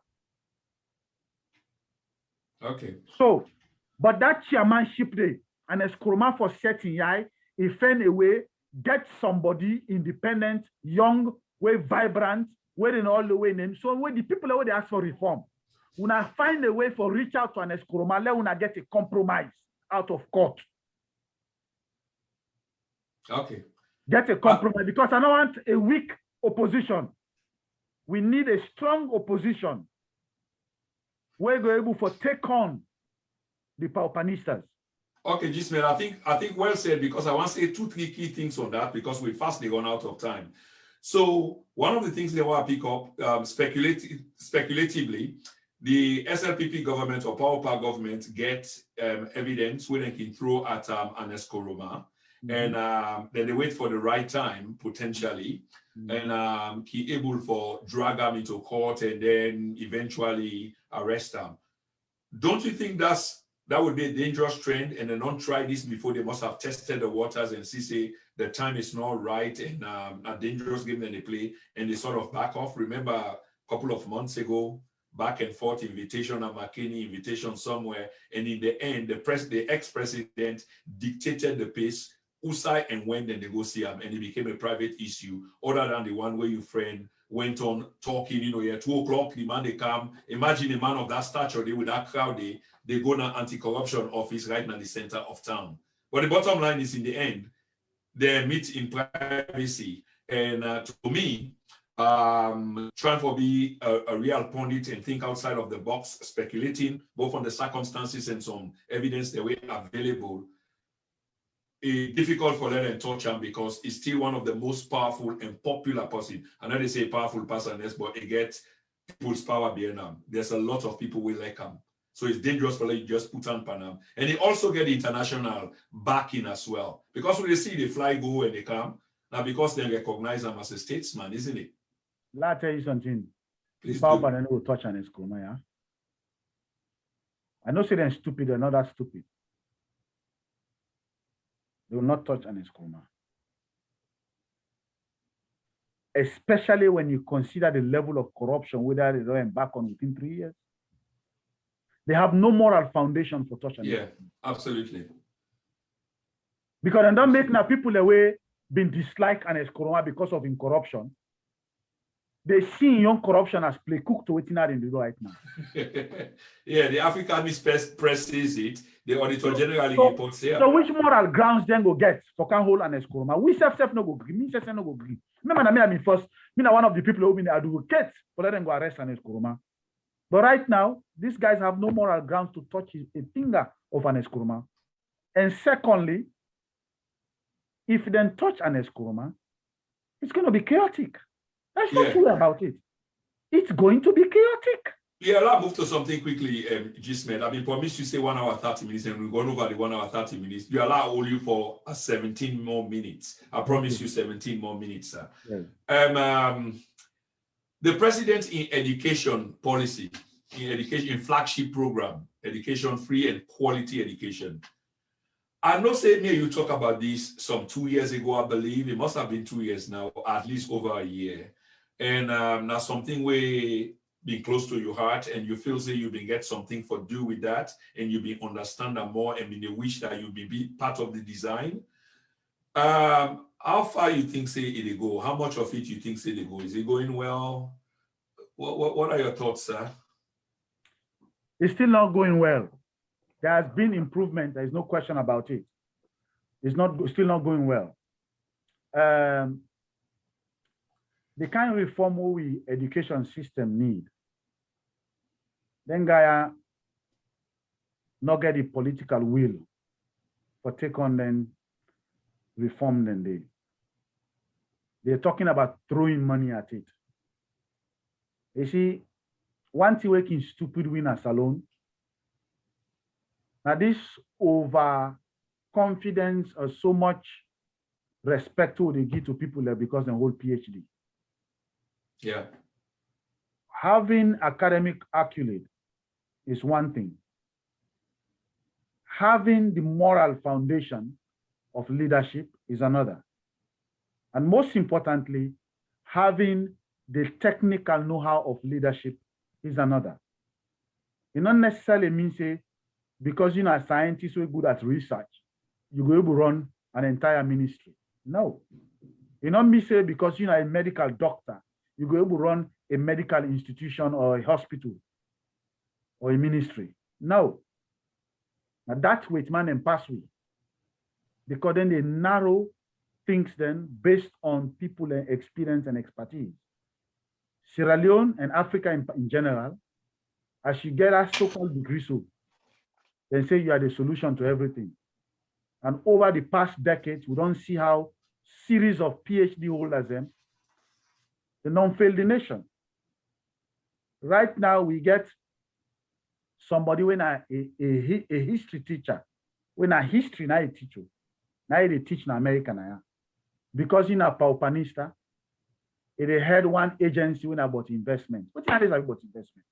Okay. History teacher. Okay, Jesmed. So in this case here, so with respect to the education aspect, there are certain fundamental guidelines in where maybe not write about, when I be speak about in the 2015, 2016, 2014 tandem, when I write an entire document on how to reform the entire education system.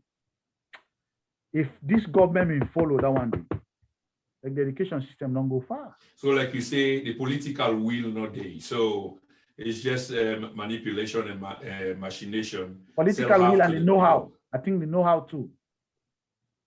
Yeah, Jesmed, the Lungi Bridge or the opening of Parliament, the president make one or two pronouncements there inside it. One of them have been the Lungi Bridge. Your thoughts, please. That Lungi Bridge there, you know, now the price tag, there is absolute need for a bridge. We country that now been not overdue for over 30 years ago. We don't get that kind of bridge there. But the price tag we then do to her, we then attach to him, is not realistic. You understand? It's not realistic. It's not realistic. It also speaks to the corruption where they happen within this government. You understand? Because everybody, people and they now, each person now they try for pushing on agenda for let the government go approve certain things where themselves go able for making only learn nothing. Me can tell you, say at least $300 to $500 million they can tap that budget today. We go to private coffers. Yeah. And then guy wearing the thief, not to them picking thief. They're not, and I know, not like me and you sometimes $1 million, $2 million down. Oh, the free God lily beats. Yes, so the free God lily beats. They are ready for thief back.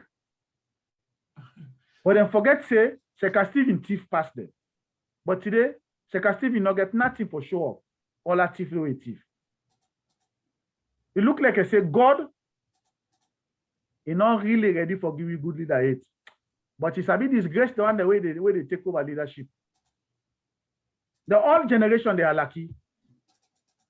Mark historically, all the way the name don't shine 50 years ago, 40 years ago. The generation all are lucky today. Check them. Name any one partner, I go tell you, say, nothing already the end of generation they now. So, okay, Jesmed. You think I go learn from that? Jesmed, I have to ask this question. Dr. Kande Kole Yumkela, politically, is he a spent force? I don't want to answer that question. Okay, I respect that.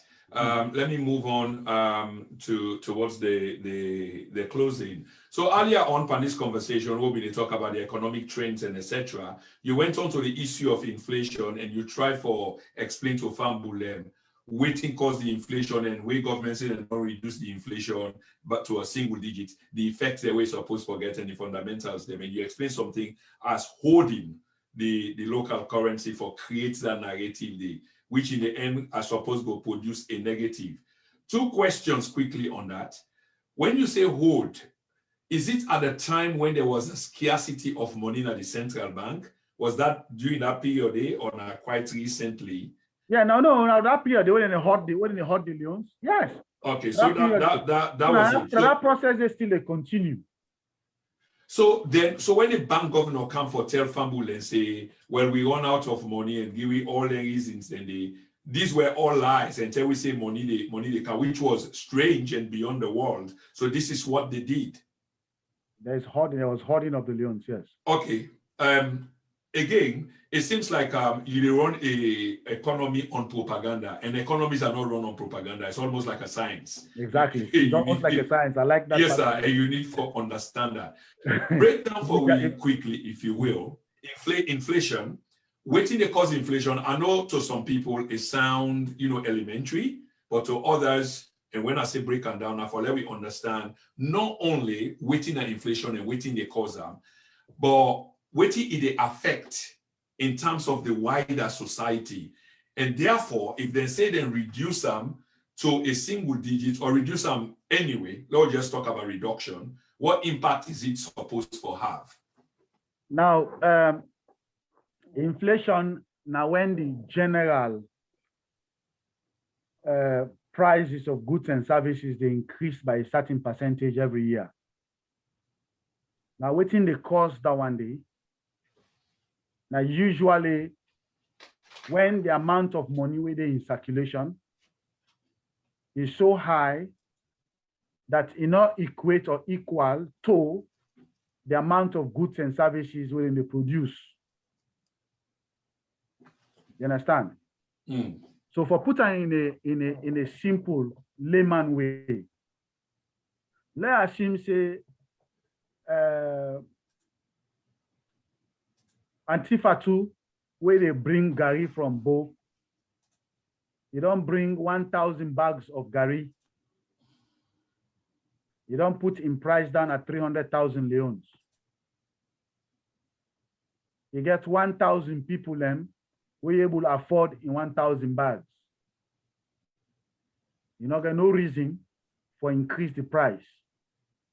Because if you increase the price, the 1,000 people, the number we go able to afford the Gary, the number will go down because now 900 people will be able to afford it now. You get 500 bags, 5 bags and for left, or 100 bags and go left. You know what I mean? Eh? Yeah. So in price go stable at 300,000. If you reduce the price, now you go lost because people in the way will afford it for 300,000. So the price go there at that stable day. But if Maminya will bring 1,000 and 1,000 bags of Gary, they get 2,000 people and all my one can buy the Gary. In the rush, this person say they put us 300,000 leons per bag. Then 5 people in the fete. Maminya goes, hey, what's happening? Now increase about 350,000 leons. Then some man drop off, some man come back. You understand? Eh? So as long as Mami Fatu go able for increasing price of the Gary and people and still able for buy them, the price of the Gary will continue to go up. Now, one way of way inflation they go. The second way inflation they go, then call them cost push. When the cost of production, like when they lift that fuel subsidy, the price where Maminya they pay now from Bo or Kenima for bringing Gary Can Freetown, it don't triple, it don't quadruple. So that Gary way they sell 200,000 leons per bag yesterday, you get for now increase in price to 250,000 leons per bag. So that's not increase the price of the Gary. Now, in we own situation as Salon, because we over dependent on imported goods and services, most of the goods they sell na treats, nothing the way, then they import into Salon. So, if the price of dollar now 500 leons, 5,000 leons to $1, then that man they don't importing goods them. You don't get in $100,000. You want to go import more. You go buy the dollar. Then say the price of dollar don't go 10,000 leons per dollar. That man go say, hey, that goods were bring yesterday where they sell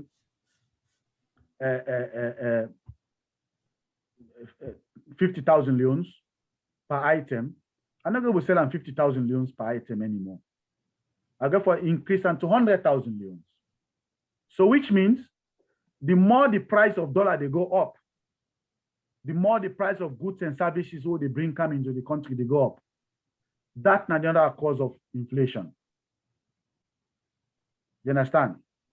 Now, in that particular aspect, when a part of the cost push inflation, where they relate to the cost of production and cost of importation of goods and services, if the central bank gets enough dollar for give, so that means if you control the inflation rate, or if you control the exchange rate, you're able to control the exchange rate, then you're able to control that aspect of cost push inflation.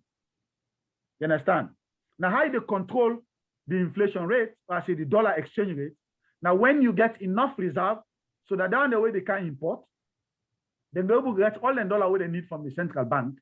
They don't need for go buy in the black market. Now, when they get for go buy in the black market, then the demand for dollar increase, the demand for the loans drop, then the exchange rates will shoot up. Then they go get a direct effect on the cost of goods and services where they affect in our country. The question is how you go solve that. Okay. And the bottom line, the reason why Famble and beyond why I asked this question and the board around broke and down again is he arrived at Usai talked me there because I myself was confused. Because in the end, we learn about how inflation can affect goods and services where we people and they consume.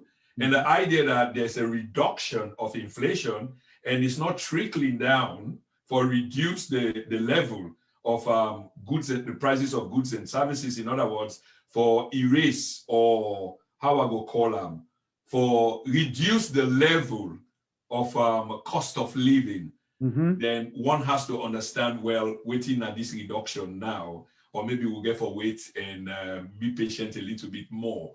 Jesmed, I mean, this is not the end of the program, but here is the thing. The president speaks a lot about human index and promoting human index.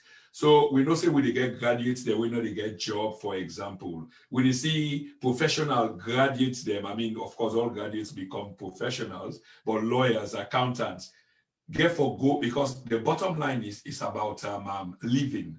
It's about life itself. So you get for find something for do. So somebody graduate from law school or civil engineer, they end up driving keke and Okada. Contextually, Jesmed, how does this impact we country? Is it negative or positive? Negative. Or one sector is being... Tell me one pin where lawyer they produce. Tell me one pin where journalists they produce. We get so many lawyers and then there are 2 for penny in the country. Okay, Jesmed. A good way make we laugh, you know, here towards the end of the program. Any country where the universities are so lawyer and journalists and more in the produce and social workers, this and that. Now make plenty of my way see don't open NGO. You go say, hey, me an ambassador of this NGO that one day. Because there is nothing to do. Okay. And another thing again, you know, in so terms of this. That speaks to the need for the kind of reform that we've been talking about earlier in the education sector.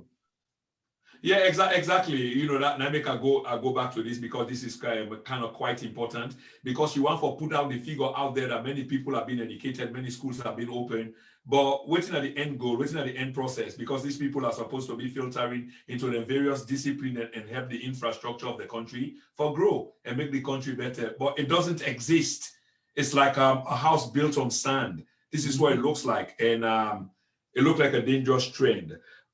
Quick one, Jesmed, you know, because sometimes the government is our government, and then we look at things them as to why there are some other economic difficulties in the country. For example, labor-intensive area, they're like the mining area, then they all are kind of dilapidated, or the government shoots itself now in foot, revoking license or licenses and suspending license and depriving a lot of people from making their daily bread and equally so paying tax. Yeah, give me a minute, I'll speak to that mining side. The one side I want to touch on will not. Yeah, please do.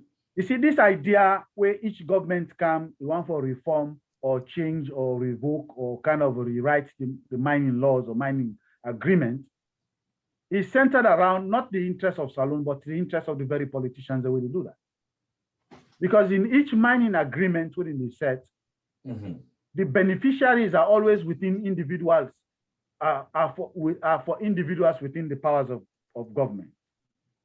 So when government change, the next government where they come, they don't want 10 individuals and they continue for benefit from them deal then they. So then they pretend like a sinner for the interest of the country, then they do them. Then they go back and negate on anything and do. Now that make the mining company and get mine for go challenge them a court. Because the mining company, they know say, now corruption, both from the outgoing government to the current going government. It's all about corruption, not the interest of the country. It's all about forcing the mining company to say, you know what, that deal will be made when they go to what you call this guy? We've been in London mining. We get John Bono Sise.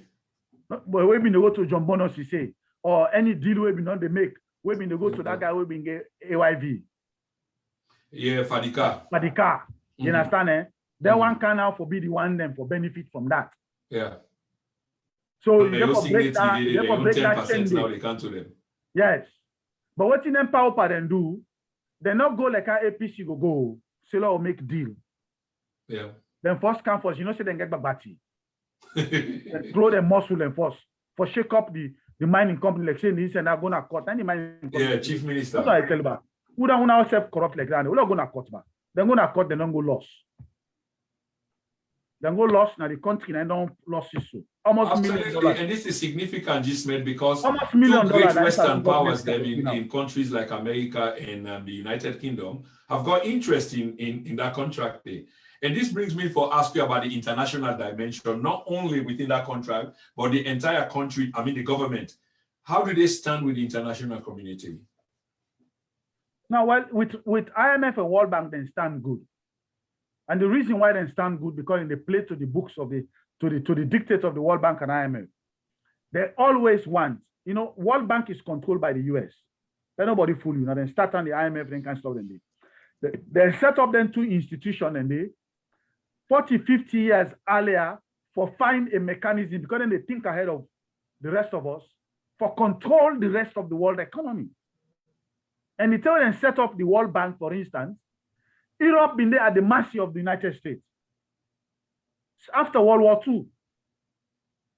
So all the dictate how to control world economy was decided by the Europeans and the Americans. Africans were not part of it. Most of Asians were not part of it because they want to control the way money they flow. Now give you practical example how devaluation affects the loans over the past 40 years. There was a time where the loans now been 72 cents. Now they get $1. I remember when it was 80 cents to a dollar. Yeah. But this is how they affected us. Lord, look at this way carefully from a layman point. I want break and down, let layman understand. 1 loan to $1 equal, no so? Yep. Lord assume say a ton of cocoa and coffee now $1,000. If that man come to America, he want to go buy 10 tons of coffee and cocoa, because now $1,000 to 1 ton, you go get for take $10,000 for go na salon, for go change them to 10,000 loans, for go buy 10 tons of cocoa and coffee. Not also? Good. Now, because we governments of yesteryears, they allow themselves to be fooled by World Bank and IMF, then take so much loan from them that when the 10 reach now, for let them ask for more loan, and I will explain how then they take loan, which point we reach to who will get for begin ask for loan. When they say for can't take more loan, World Bank they say, how I go give you more loan? If you want more loan, you need for make you things than the diamond, your gold, your bauxite, your iron ore, everything cheap, so that you will get more money where they can. That's the economic concept when they push up. for them to be able for compete at the international market. And you waiting a salon and the amount of goods and services they produce in a salon, no, they get one single impact on the global supply of all of the mineral resources they need. But yet, now they can put pressure on for sell we own cheap. So guess what? How they sell and cheap? Then they go meet Seka Steven, then decide and say, okay, we'll get for change the rate, exchange rate. Now they sleep today by tomorrow morning and say the dollar rate don't change to $2. And then telling them they impose them. You know, they go gradually when at the forces of demand and supply they do it now. And then 10 and then I just announcement no more. Now let's go back to the example. They don't change it now from $1 from 1 leon to 2 leon to $1 no so. Absolutely. Good. Now Lord look to that man who want buy 10 ton. 10 ton of coffee or cocoa. 10 ton, right?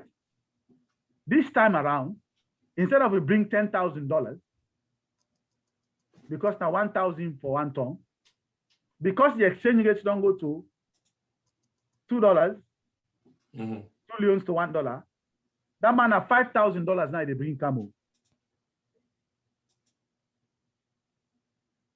If you want another person, they bring $10,000 for come buy cocoa, because the essence of the devaluation now for will get more dollars for coming, you know so? Good.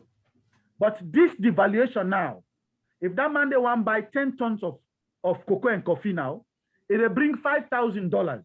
Before now $10,000 if you get for bring come, because now the $1 to 1 leon. Now they bring $5,000 because the government go want le away him now.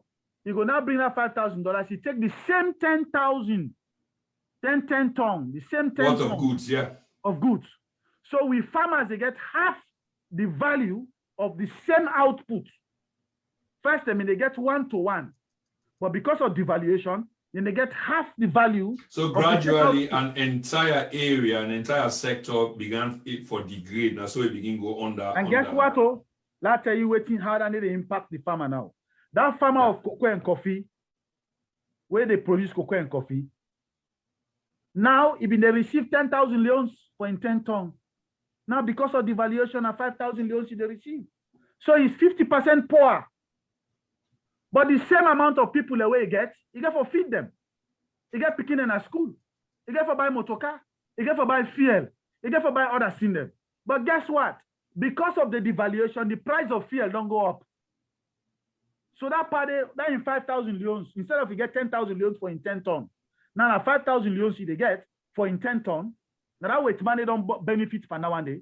With stupid government, they allow them kind of nonsense and they happen all these years.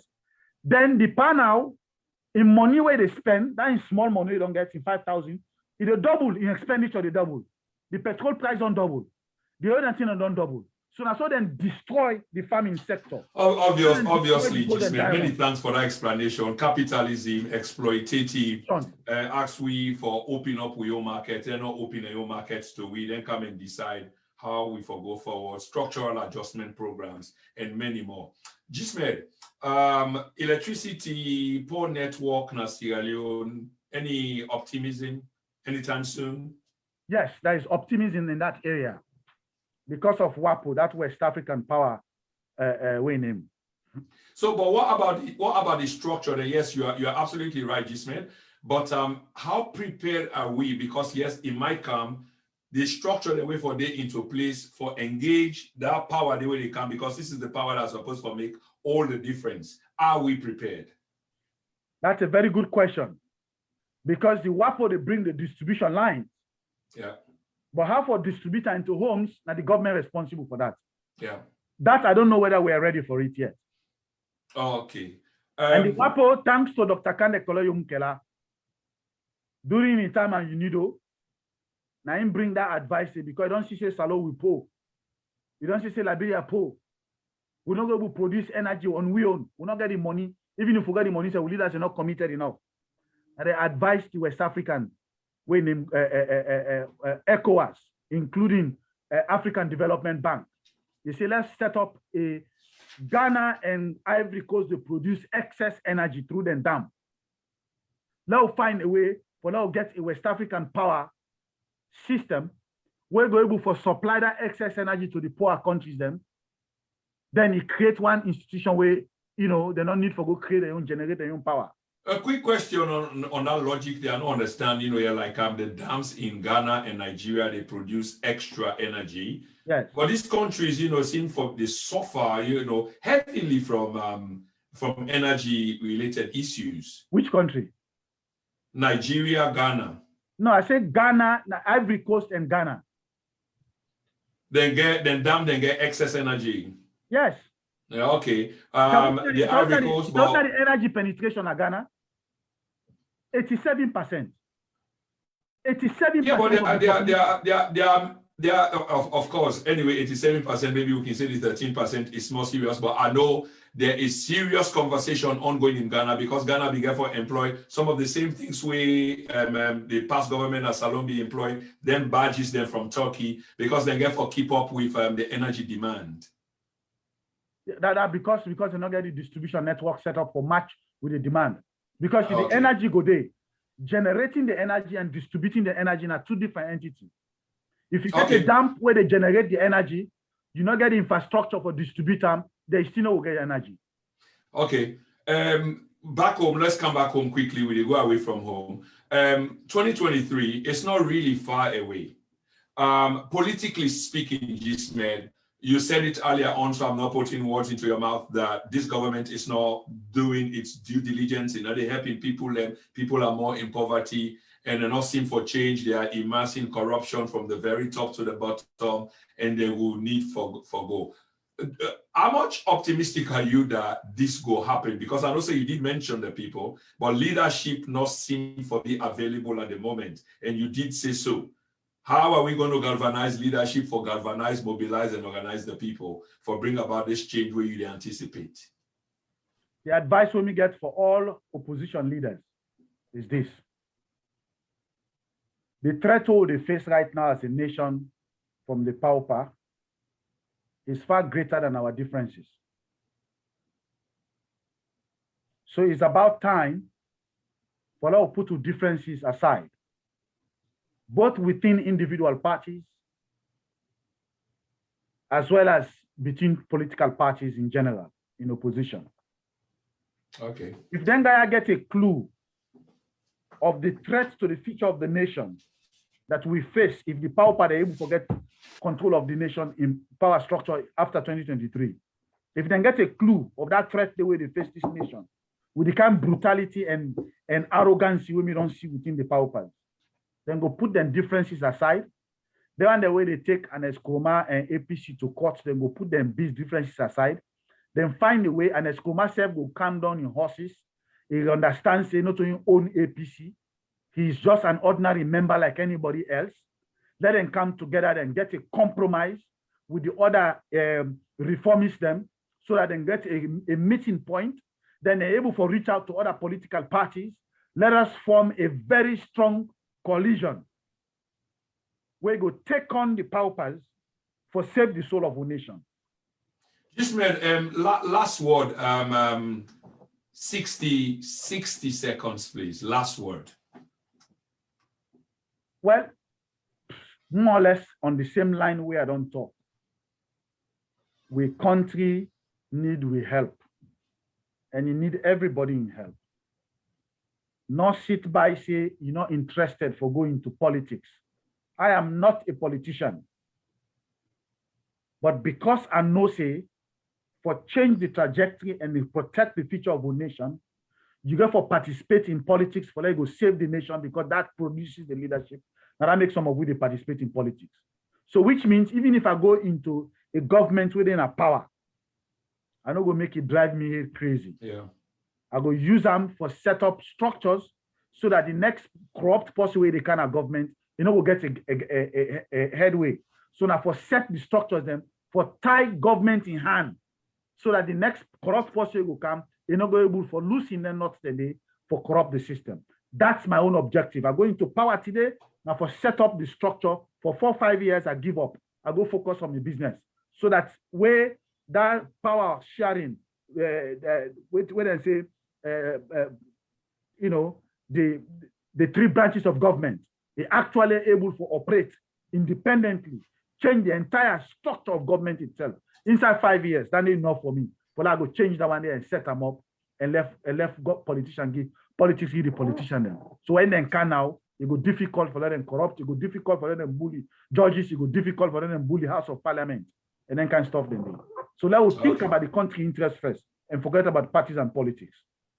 Okay, Jesmed.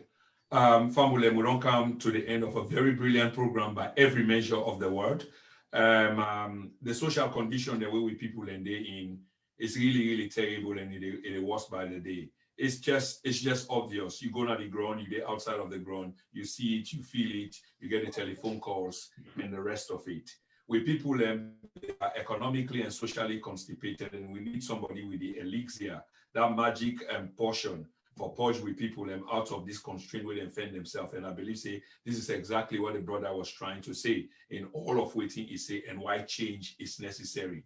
Let we bear in mind that this conversation need for continue. And one critical thing where the brother say, well, I get for pick up on and begin for advertise is taking class action, and government need for begin for read this word, that no longer shall we just sit, here on our behind quietly and accept the pain when they inflict on we people and don't they, and by extension, we were the outside of there. This is not going to be the case anymore. So I'm going to join the brother and try for see how we can push these things ahead. Because when you talk, this is not real talk. Because sometimes we can talk on social media and can say they're idle. But when you begin to take actions or begin to talk about political warfare, because this is warfare, taking class action, then know that this is real business. Remember this, that you can delay democracy, you can delay the process, okay? But you cannot deny the process, you cannot deny democracy. This evening, I've been your host and presenter, Prince Emil Kroma, and my guest has been Mr. Jesmed Fodimami Suma. Thank you so much, Jesmed. Thank you, Fambule. Una good night, una share this video. Thank you, my friend. Thank you. You're welcome, sir. Bye-bye.